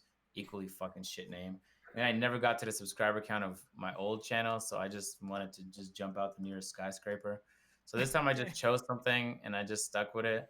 There's no real inspiration. I was gonna go with Agent 23 because 23 is my number, but then I was like, that's mad corny. So then I just went with 00 because it just felt considerably less corny, and I just rocked with it. But then people started calling me Agent 00, and I was like, maybe I should have just went with Agent. But I'm not gonna change it. Wait, what was the failed name? There was West Side Cinema and iBlurry Films. iBlurry. I'm gonna call you iBlurry from now on. Yo, People used to call me Blur. Yo, Blur. Yo, Blur. Yeah, dude. Yeah. Hey, Mal, you trying to play Apex with Blur later today? Yeah, dude. Let's get in some games with Blur, bro. Oh my god. Hey, I appreciate you being on this podcast more than you'll probably know, man. Thank you so much for being on here. Mal, thank you for producing as always. You'll be back next week. Agent, unfortunately, will not be back next week, but you unless never know. I sneak in the Discord server. Yeah, you could be in this. I don't know, man. Listen, our next guest, I don't want to spoil anything. You've played Uno with this next guest, though, so you'll probably know who it is. But hey, listen, maybe Dave Chappelle? Yeah, it is Dave Oh, Chappelle. snap. Oh, snap. That's crazy, man. That's crazy. wild. That's wild. Okay. You're just leaking things. You're leaking My things. fault. About My the fault. I AimHigh said too much. podcast. I said too much. Let me chill. Let me chill. Hey, listen, I appreciate you coming on, though, man. Is there anything, before I do anything crazy and shout some stuff out for me, is there anything that you got going on? Anything we can put in the links? Anything you want people to know about? What you're doing with your life? Let people know. Yeah, come through to my streams. Instead of AIM streams, Oh. there's gonna be a link in the description. You guys can do that. Oh. Now but I'm not then, sure. No, AIM, you have to leave my link down there because now they're gonna do it. I want this for you, AIM. I want this for you. Yeah. Yeah. Because I'm a streamer now. You know that, right, AIM? I mean, I know that, but I don't know if we would.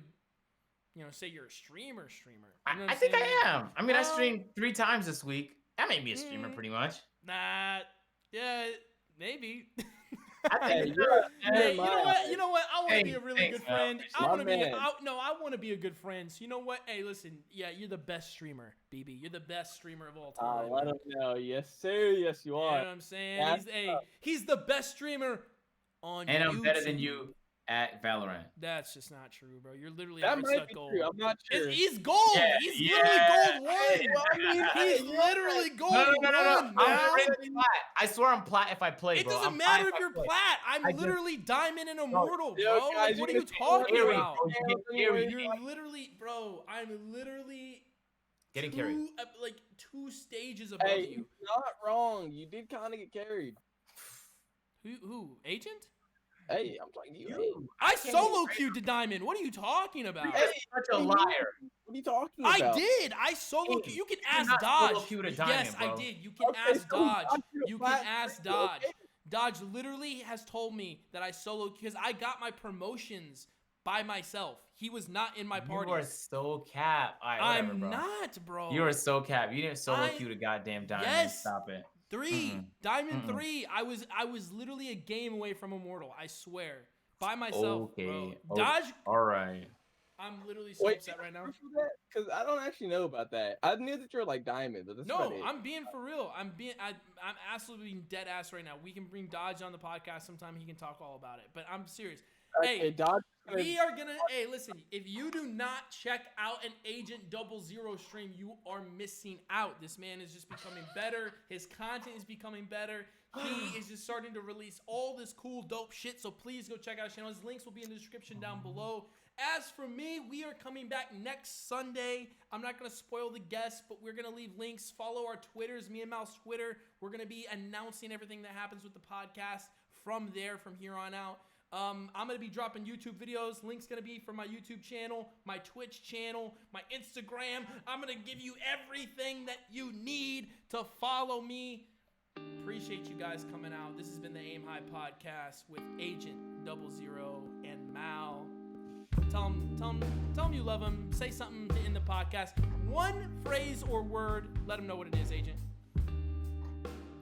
How come you don't want me no more, man? You don't want me no more, man. That was actually an all-time TV clip. Like, probably my favorite of all time, I'm not gonna lie. It's a good one. It is. No cap.